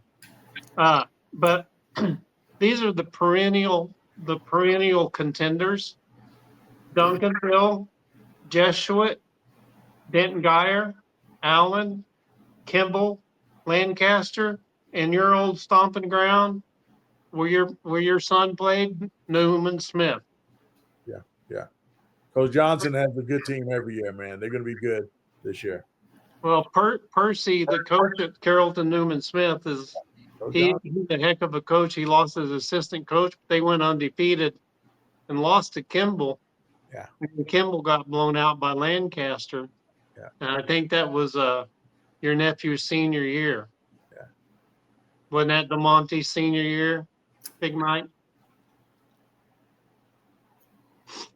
Oh, we lost your sound, Mike. You talking about the money? Yeah, I think that was his senior year. Yeah, it was. So that Percy's always been good. Newman Smith seems to always get, you know, the players from the CFB area that you and I coached in. So that's really all I had on this. I'm sure as the season goes more long, we'll have certain players. By the way, Trey Johnson was I've been talking about him for years. He was the number 6 pick, and he's with the Washington Wizards. Yeah, yeah. So you know, he could be one of those players that comes out of the woodwork and get Rookie of the Year. You can score on a bad team pretty easy. It's not as easy to score a lot of points on a good team. But Trey Johnson, he can light it up. So The fact that Texas is known for football, they really be skipping on us on basketball. So I don't know why they didn't think we could. Changed now, Mike. Huh? They ain't not slipping on us now. It's changed. Oh, yeah. Trust me, that guard changed a few years ago. Seriously, the nation now is like, they're just flooded with athletes, man, in either sport.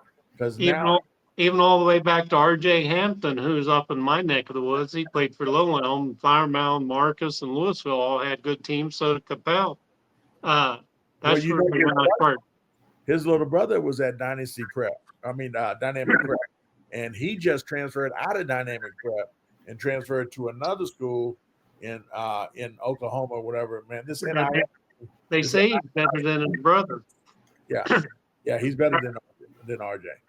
To give you an idea, not just Texas, but the Dallas-Fort Worth area in the last 5 in an NBA draft is number 3 in first-round draft picks. After last year, they might be number 2. Yeah. Only California and Texas had more first-round draft picks than the Dallas. We're talking about 2 states, the whole state, 2 states. Yeah. More than the Dallas-Fort Worth area. So that speaks volumes when you got lottery picks coming from the Dallas-Fort Worth area. Yeah. Let me ask you this question real quick. Has it been a big issue now that kids can now transfer as freely as they want now because they made that new rule? I can't remember how many years back they started that rule. Now kids have the ability to transfer. They don't have the ability to transfer like that. It's a myth right now. It hadn't happened yet. They don't rule yet that said that they're authorizing you to go transfer. Now here lately, this last year now, they're saying now you can only transfer 2 times, and that has not been in play yet. Trust me on that. Try to transfer your kid for athletes. They have to wait 1 year. Yeah. No, they're not doing anything. They don't know what to do on that yet. Still, they're having discussions, just like they're having discussions right now about the shot clock. Now, you know what I'm saying? Some they've been experimenting in some towns and so forth.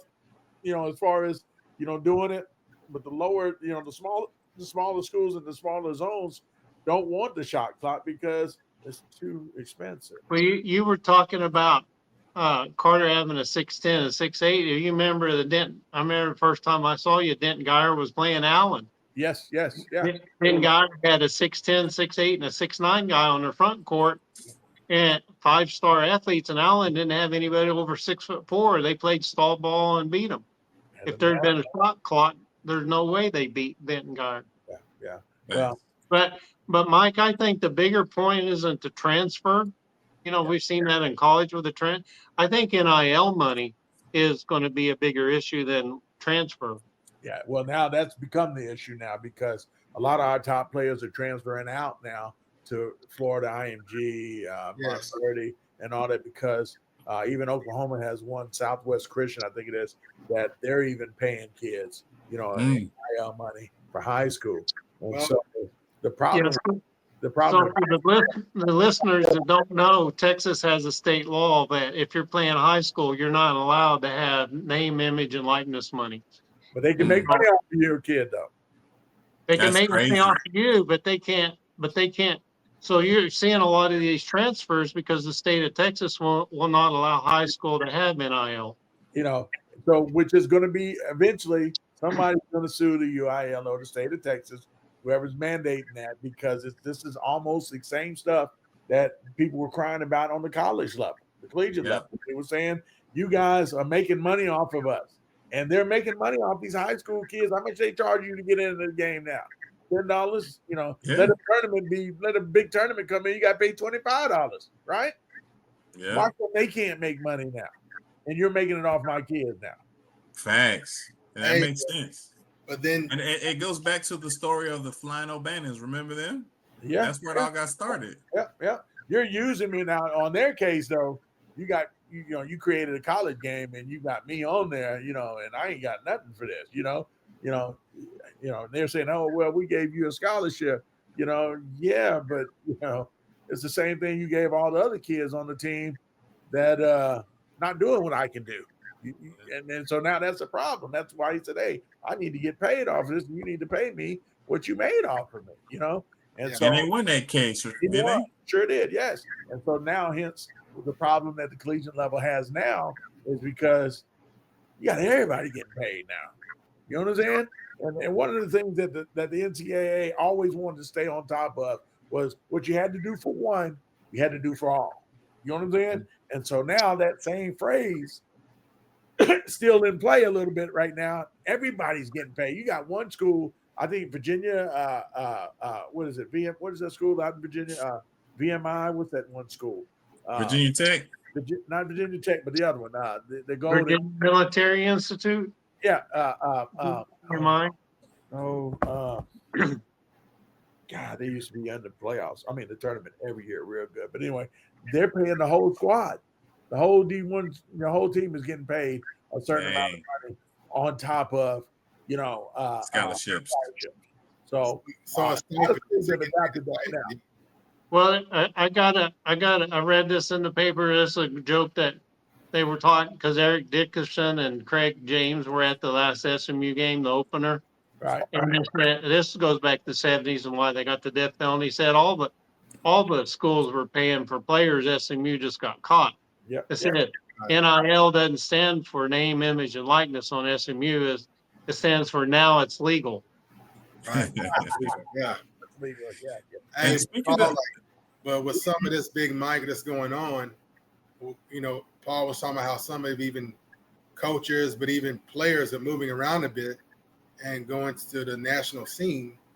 And it's unfortunate that Texas made that decision. They could have held off on a decision. They didn't have to make a decision when they did it. They could have just waited to check to see how things were going to pan out better than strongholding it because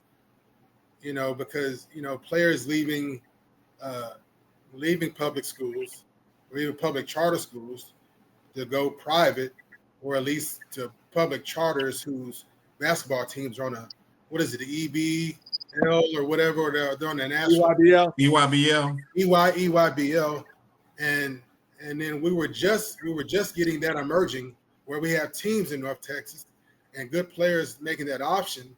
And now it's like we shot ourselves in the foot because the trend is now going to be, well, I don't necessarily I can go live with my family in Florida, or I can go over here to California. I can go, I got a great uncle that lives in, I'm just saying, it's like, I'm just saying people are going to have their options wide open, especially when it comes to athletics.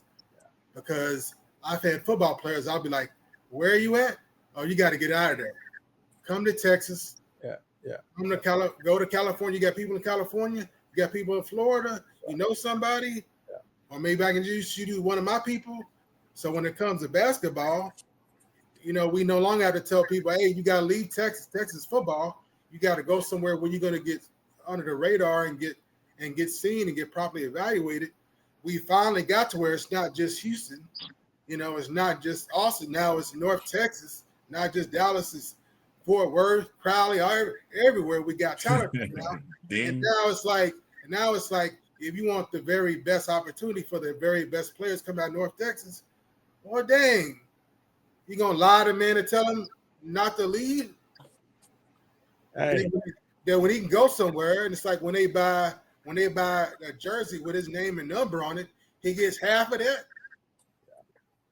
No, thanks. Well, dog, I just sent I just sent Mike and Bob a video. Just show you how crazy this NIL stuff is getting. University of Texas football team. All of them go to the parking lot and look at all the Lamborghinis and Ferrari parking lot right now. Seriously, when you look at that video, guys, you're gonna crack up, man. You'll be like, man, the big linemen can barely fit in them cars, and they're in there, man. It is crazy, man. Crazy. PJ Robinson had Quinn Ewers. I found out about this when Quinn Ewers declared a year early because parents were holding their kids back till they're 6 years old instead of 5 years old, so they can be older, bigger. Yeah. And Quinn Ewers graduated a year early, skipped the senior year so he could sign an NIL contract with Ohio State. Didn't even play there. He said he wanted to go to University of Texas all along, which he went to. But he said because he couldn't get NIL money as a high schooler, it forced him to declare a year early. To get up out of high school, go ahead and finish high school early and get your butt, you know what I'm saying? Finish high school even if you finish halfway through your junior year and get on your butt on the campus. Yeah. And speaking of California, there's two players out in California that are pretty much the top of the league. And one of them is younger than the other by many years. Wild Dog, the Luka Doncic and LeBron Lakers. Has it come to fruition for LeBron? Is this last season with the Lakers? Will he be retiring soon? I don't think he is. But is Luka going to unseat him as the face of the league and pretty much the face of the Lakers? Give me your opinion on that. Oh man, you trying to get us bombarded by the cult, by the LeBron cult. Wait a minute. So, it's over I would put it, please, if you will, allow me to put it this way, that I feel like LeBron is prepared and ready to pass the torch. LeBron has the torch. I don't think he cares about the torch. He's ready to be out of here. Because and he know he's out of here. LeBron's been okay he sees where it actually worked better if he's the second option. If he can facilitate more than he is to try to, be the main focal of everything. So I think at this point of LeBron's maturation process, that's just the way I would prefer to put it for all of LeBron cult fans. I don't want us to get attacked that LeBron is more than ready to pass the torch. And I don't really see him. He went to LA and has made his life in LA, and his business is LA. So the money, his family, his roots right now are in LA. So what? And to your point, Paul, I think what LeBron is doing right now with Mav Carter, they're about to start a whole new league.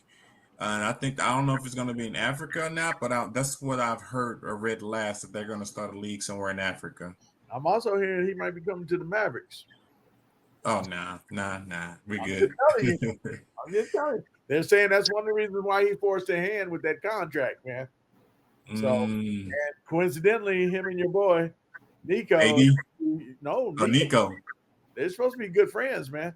Nico and LeBron. Yeah, I think LeBron is ready to focus on business, but also he wants to take care of the Lakers. And I really honestly think he likes Luka from day one and wants that transition. So figuratively speaking, passing of the torch to Luka, but you don't just do that abruptly. That's done when they brought him. You know that already. Passing the torch, right? And because they didn't even consult him for that trade. Is that transition? So, yeah. Let me ask you this. Oh, what I hear that? That's still people. You know LeBron is petty, right? Y'all know LeBron is petty, right? Yeah. Let Houston get out to that fast run if they want to, and watch what your boy do. Because he don't like KD. LeBron and KD don't like each other? He don't like KD, bro. Come on now. KD was mad. LeBron, when he did the I'm taking my talents to South Beach, he got mad over that stuff. KD did. Dang. And then when he left to go to the Golden State Warriors, your boy threw it right back in his face off of it, right? And you had to go join somebody that whooped you up in the playoffs the year before. Who does that? When he said that, so they kind of been, I'm telling you, Let Houston do that if they want to, right? Get out that fast start like that and watch him start tripping up there in Los Angeles and force him to trade him. I'm telling you, that's what's going to happen. And don't be surprised if one of these mid-level contracts, whatever, with that $50 million contract, whatever that LeBron kind of signed, who's on that level that we can trade him. Because it's supposed We to got two players, pretty much. Who was that? Do you remember who are they? I know Gafford is right in there, and one of them going to the Lakers. Watch what I tell you. You heard it first, right here, baby. The Real Talk Nation got you. Swish for real. The Real Talk Nation. First, right here, y'all. I'm telling you. Hey, and I thought I was a wild one.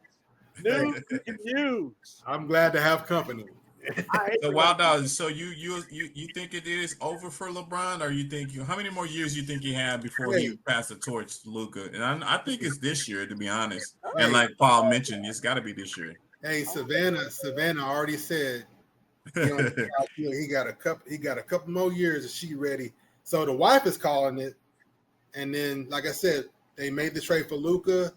However, whatever with that going down, the transition doesn't take long, doesn't need long, and so yeah.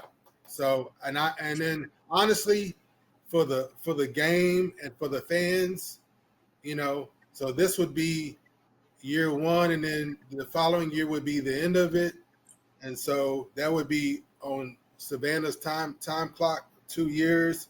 So he would finish this year and then announce, and then he'd have his farewell tour. Yeah. Farewell tour, coach. So the fans deserve that. Whether you like LeBron or not, you respect LeBron, and you're gonna want the opportunity to see him on his way out. Wild Dog. Can the Lakers win the championship this year? This year? Oh yeah, no. Oh, Yeah. What is LeBron about? Seriously. You ain't trying to win no ring, baby. I'm chasing ghosts right now. What am I doing here? And we can't win one. That's the conversation that he having with the new brass right now. I'm telling you. Y'all brought this other kid in here. He's the new face of it. Get me out somewhere where I can try to win. It's a process, though. So if they convince him that bringing in Luka is part of the process, then it is what it is. Because where is he going to go? Where else is he going to go, honestly, on that time clock? He got 2 years. He can come to the Mavs. Savannah gave him a 2-year time clock. Stop saying that, Paul. Stop saying that, Paul. No, we don't want him. got KD. I'm telling y'all. And I love my Mavericks, but why we wouldn't fit here with us? with all this mess, we not on a 2-year timetable to win no championship. Yeah, and plus, I don't see why he would. Kyrie gonna do something for us? How many years? They can gaslight us. I can see Kyrie at least doing 2 more years with the Mavs for sure. Okay, so LeBron can do 2 years with you. This coming year is only about Kyrie, y'all. This coming year is only about Cooper Flag winning the Rookie of the Year, his development. You got to bring the rookie up. That's all. Honestly, that's what this coming year is all about. If we miss the boat with developing Cooper Flag, then it's a wash. So yeah. Okay, I'm confused, man. So even Kidd said he's going to push him and test him to get the ball in his hand. But what championship team has a rock in the hands of a rookie? It's part of the process. What process are you on? What part of development and process are you on?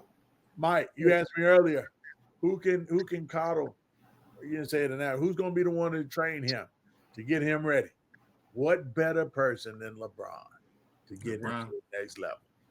Seriously, guys. Seriously. So if the Mavs got LeBron, and I'm gonna swing it over to you, Boogie Bob, in just a second. But Paul, if the Mavs got LeBron, you think he'll be a good mentor to Cooper Flag, and will LeBron take a 6-man role, or do you think he has to start? What do you mean 6-man role? What you talking about, Willis? 6-man role. Who he gonna be sit behind, man? I'm curious on that. Wait a minute, who he sitting behind? Let's Probably go Cooper Flag. Let's go through the lineup. You said Kyrie. You got Lively, Kyrie, Exum, Hey, You I'm not got saying that. the kid we just picked up. What kid we just picked up? Flag? He played with D'Angelo LeBron. Huh? Russell, D'Angelo Russell, Russell. yeah, D'Angelo Russell. Man, D'Angelo coming off the bench, man. Come on, man. I'm looking at it right now. Hey, not to interrupt, but I mentioned it before I forget. I was already ready to call the Mavericks the old folks home. You reunite LeBron and Kyrie, and yeah, I'll be like old folks home for real. Who is this Caleb Martin dude, man? I don't even know him. I'll blame. He came from didn't he come from Huh? Caleb Martin came from the Miami Heat. They traded Quentin Grimes, who's a better player, to the Sixers to get Caleb Martin. Oh Lord. I didn't want to talk about Grimes today. I'm trying to be in a good mood. My son is already sick. I'm sick. Boogie Bob's sick with allergies too. We all sick. Man, I'm not trying to. You know what? My stomach mentioning Grimes. Bench for a little bit. Come in there with Klay Thompson. right. You know, They'll kill it. Okay, I'm If with that be the case. the Brandon Williams kid. I can't. Is that Arizona? Brandon Williams? Yeah, he was nice. Yes. He was playing behind Kyrie. He came from the G League. Now here's one dude we got. I'm going to give him the rock. Then never. I'm gonna stop. I don't know why Nico has got this big infatuation over this daggum Jaden Harden kid. Oh my God. Yeah, I'm with you on that, bro. I like Jaden Harden, but he's not one of those players that give you what They say Nico, that's his boy. They think his kid. He thinks this kid is going to be a star in the league. Can't show it yet. I'm like, because I'm watching him in the D League a few years ago, right? Because I got a couple kids actually that's in the G League, not the D League, but the G League, and he was the star for the Legends. And oh my God, he's a ball hog. He wasn't hitting shots. He misses layups. Great athleticism. I don't understand what they see in this kid. He's not a pro. To me, he's not an NBA player to where he can help a team win.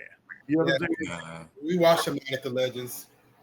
I'm like, this is horrible, man. This kid, dude. And he's he's still on this team right now, man. Yeah. And Look about you. Work ethics, though. You brought up free agents and where the Mavericks have money. I'm like, I'm trying not to say what I said in our text thread, but why don't we go out and get D'Angelo Russell? I'd rather give the rock to Williams because Kyrie's going to be back in January. Is projected to be back in January. Oh, that's right. D'Angelo was with the Lakers, wasn't he? Why we go get Russell? Yeah, I think he went to Brooklyn for a second. Yeah. Bob, can you give us your thoughts on LeBron and Luka? Would this be the end of Luka's, not Luka, but LeBron's career in LA? Will he also be, like Paul said, moving on maybe to the Mavs, or has Luka unseated the king? Well, buckle your seatbelts because it's going to be a bumpy ride. Hang in there with me. So, follow the money. Follow the money. Okay. The Lakers are already trying to sell season tickets, and guess who the face of their media rights to sell tickets are? Well, it ain't LeBron. They got Luka plastered all over their media, all over their sales promotions, all over the tickets. And let's not forget, LeBron has a relationship with Jeannie Buss, but he doesn't have a relationship with the $10 billion new owners. Yep. And the $10 billion new owners, they don't care about legacy. They care about money. Yeah. And when Luka got traded there, he's number one in jersey sales. So, the question was, has or will Luka unseat LeBron? My answer is yes.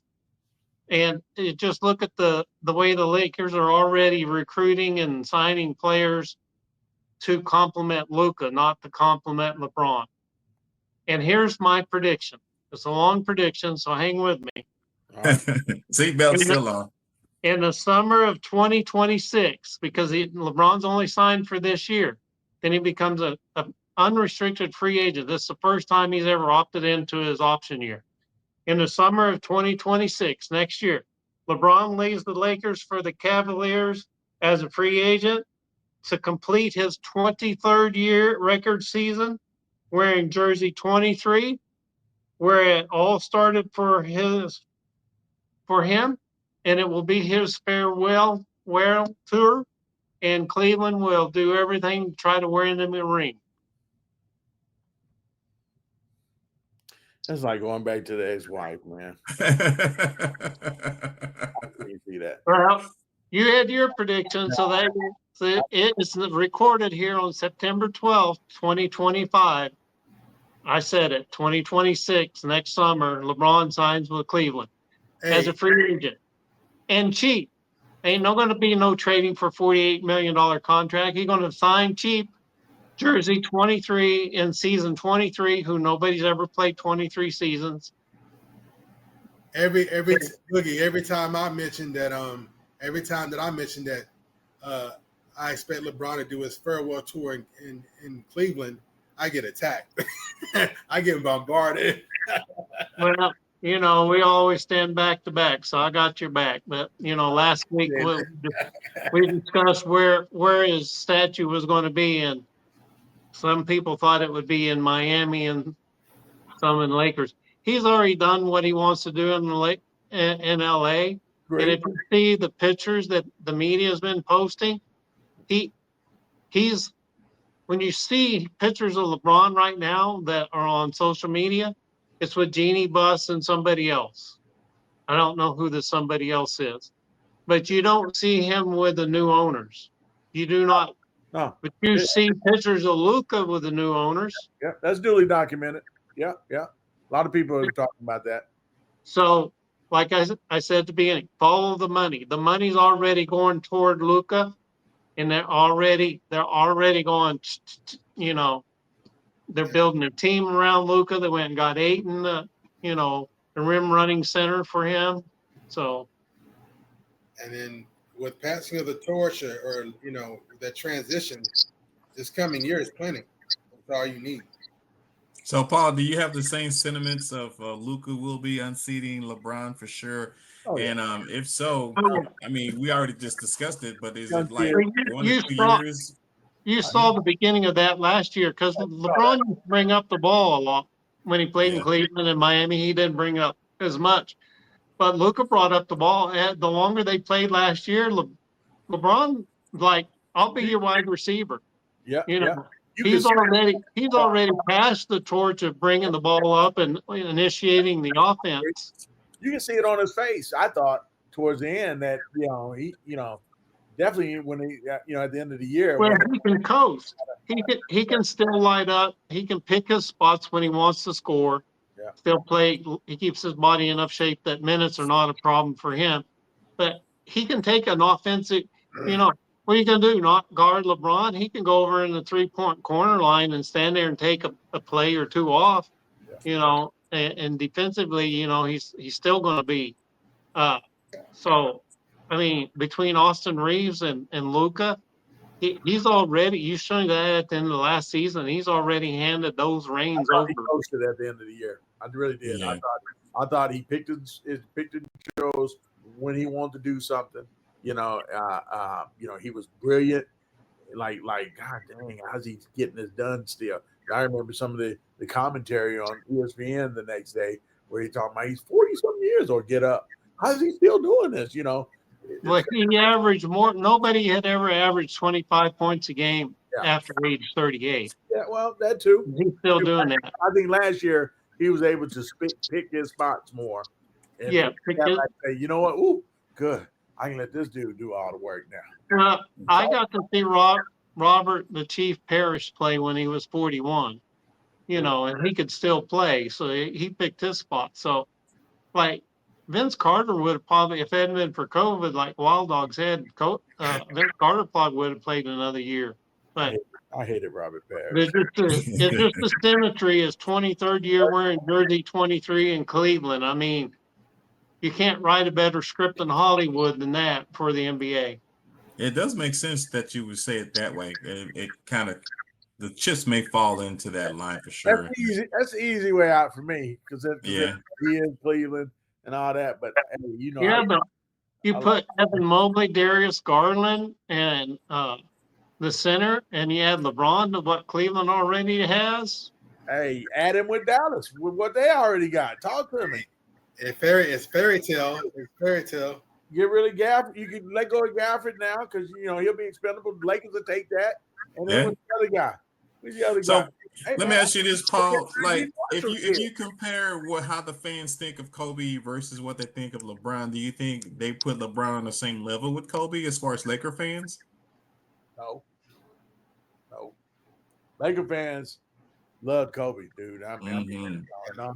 Even Laker fans here, tell me, no, he ain't better than Kobe. No. Laker legacy is way so strong for so long. Kobe was here too long for that. You know what I'm saying? And LeBron is just one more star player that came in to help them get a chip.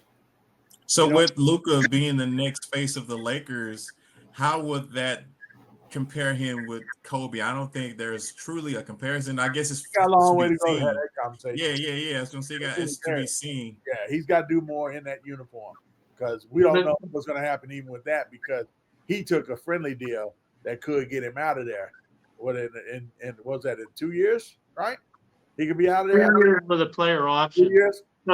So because that gives him 10 years in the league, and then he can go for the super max. Didn't the Joker do the same thing in Denver? Joker? He did the same. Joker comes under restricted free agent same time. Well, I'll give you this, Paul.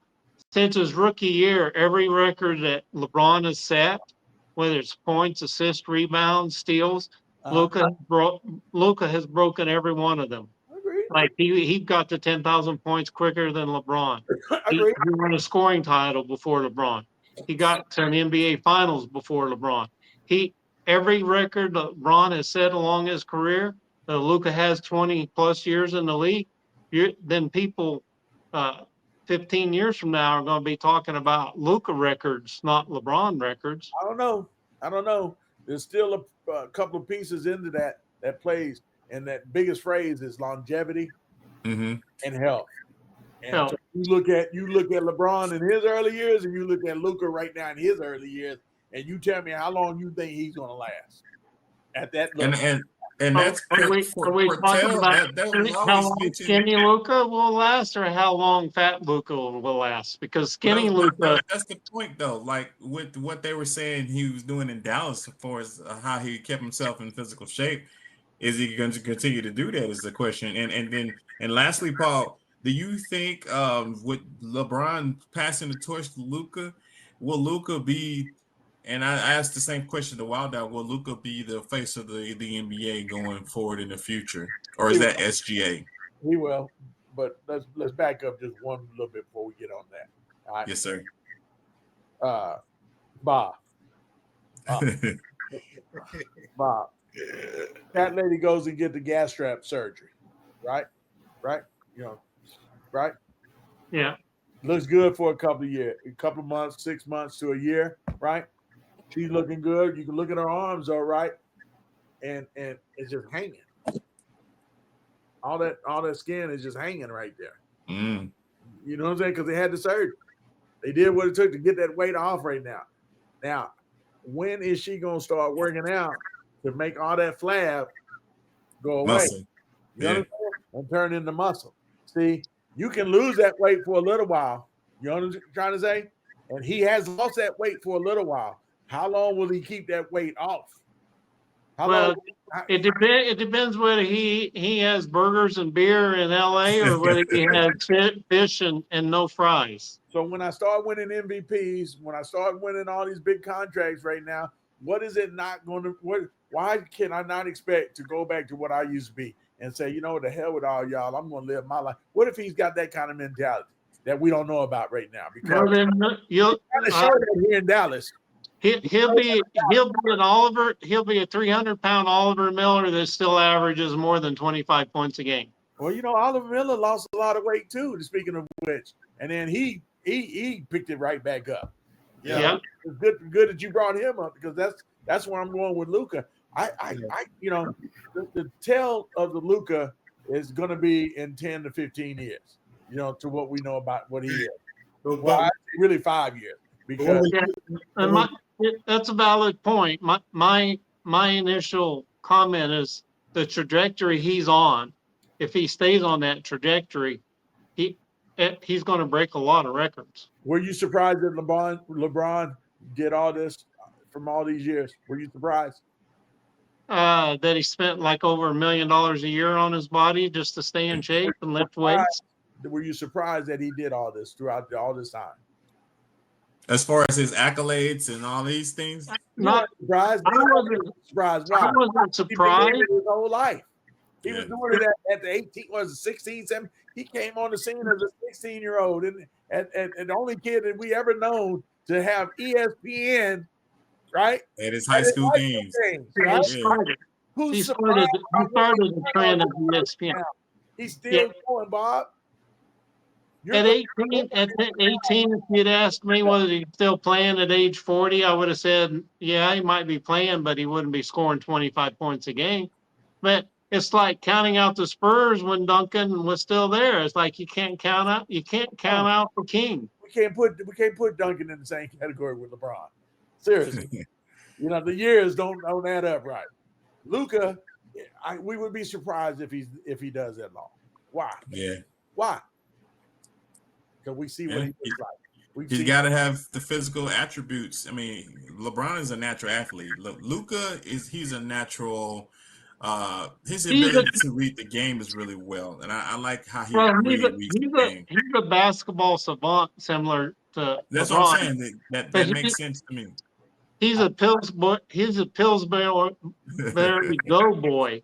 He's like the guy in Ghostbusters that they're like they got to shoot, and he's thinking of the Pillsbury Doughboy. That he's always going to have a body that tends to gain weight. He lifts weights, but he's not. I've seen LeBron play, Bob. This is the first time in the last, that I've ever seen him drink wine in the last year or two, right? First time I've ever seen him really drink something.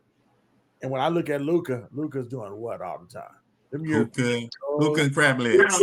And he's driving Lamborghinis in Europe, don't they? They love that beer. That beer, man, you can't change it. You can't change the stripes of a leopard, Bob. I'm telling you, that's what you really are. Hey, but Paul, there is one thing you can remind your Laker fans of, and that I reminded them of, regardless of where Luka's come from, where he's going, what his career might end up doing. There's one thing we know for a fact with Luka being a Laker. We know that Kobe loved Luka. Regardless of whatever's been said and done, right. You cannot undo the fact that Kobe loved. Same thing with LeBron. LeBron loved Luka as well. And that Kobe would love Luka being a Laker. So Laker Nation if I know that, Laker Nation knows that. But he spoke to him in Slovenian when he's like, "Who is that speaking to me in Slovenian?" So, in my opinion, that's all we need to know. That's all we need to know is that Kobe loved Luka, and that Kobe would love Luka being a Laker. Period. That don't keep him as a Laker though. Yeah, it don't. It don't. But when I see Joker make his contract similar to his, my eyebrows tend to raise up a little bit. You know what I'm saying? Yeah. They're planning to play together. Hello. Hey. Yeah. Hey, where at though? That's you know what I'm saying? And Dallas. Come on back to Dallas. I don't know where. I'm not saying Dallas. But they planning something just like old boy said. I'm taking my talents to South Beach, and then all of a sudden Bosch did the same thing. Yep. Come on, man. Don't think those two guys ain't talking. This is what the Lakers do. They go after MVPs. It would be nothing new for them. They've done that over and over again. Right. It might be another. You never know. And they have the money, and they can play with the skirts and pay the fines because they make money hand over fist, even with the new owners being all about money. Something like that would definitely more than pay for itself. Thanks. Guys, it's been a great conversation today, man. Paul, thank you for coming. Wild Dog, you jumped in. Boogie Bob, you always on time. We're going to close it out, man. Wild Dog, let the people know where they can find you out on these social media streets, man. Give your handles and everything so they can catch up with you. Hey, it's Friday Night Lights. Thank you guys for not firing me. You know, hey, it's high school footballs on Fridays when we record. So if fans forgive me, and I'll try to do my best when I can to keep up on high school football and keep up on the comments and so forth and do a better job on that. But, you know, I don't do too much. I'm not capable of doing too much. I keep it simple. You know, we're on YouTube. I love YouTube. So you can find me at Wild Dog Media on YouTube. That's Wild, WILD, DOGG Media. Directly there. So you can find me there. You know, I'm doing sports commentary. This is my therapy. Just kind of stay up with my friends, make new friends, and, you know, talk sports and be a good pillar in the social media community. Facts. And then we'll have his links in the description when y'all watch the video. Boogie Bob, tell the people where they can find you on these social media streets, man. Give them your handle so they can catch up with you. You can find me at Boogie Bob on YouTube, but scan the QR code, because Swish for real, as Swish Wild for I real. like to say, we got you covered. Everything basketball, and then our sports insider for high school, man. Paul, thank you, brother. I mean, you're making me more and more excited to watch some high school games this year. Let the people know where they can find you on the social media streets, man. Giving your handle so they can catch up with you. Right. Definitely, guys. Thank you for having me. Always a pleasure to come talk high school sports and get a little talk with the NBA. I don't get much talk with the NBA guys too much, but it's good therapy for me as well. Twitter /X now, I guess. I'm still not used to calling it X, but at Paul DA, capital DA, Real Talk. TA. Okay. That's my Twitter handle. IG, you can find me at The Real Talk Nation. That's on there. And then, of course, the Real Talk Nation channel on YouTube as well. One more thing. Shout out to Red Oak. Red Oak High School. Chris Davis and their boys, guys, are going to be one of the ones to reckon with. I totally forgot to put them in there on there. They are one of the favorites in that 5A for me. So I didn't want to miss out on that. Happy birthday to Jaden Marshall of Timberview High School. Look out for Timberview. I told you all early. So there it is. Guys, again, so appreciative to be on. Like I said, anytime, let me know. I need to catch up. You guys get my T-shirt. I need my Swish for real. We got you. I know Mike been telling me, and I've been big time in him, I guess. And guys, here's Paul's link on Instagram. So you snap that in there. There you go. Yeah. So follow me on there. We'll provide you with all the high school hoops and so forth throughout the season, man. So again, like I said, thank y'all for having me. Look forward to seeing y'all down the road. And go Duncanville Panthers. And then Paul, we'll definitely try to get you on at least once or twice a month during the high school season so everybody can catch up. Because I definitely want to learn more about what's going on high school level. You know me, I'm a big NBA fan. So I always talk NBA, and then some college and high school is now about to be my fast favorite. You guys can find me on YouTube here, Swish for Real all the time. And then you can also catch me on YouTube on my film channel where I do film and poetry. You can always check me out there. It's Mikhail Lampkin, poet-director. And you can check out my film that we filmed back in July. It's called American Standout. So check it out. Let me know what you think, man. And always, we are here at Swish for Real. I appreciate you guys. Paul, man, have a great weekend. Boogie, Wild Dog, we are out. Peace.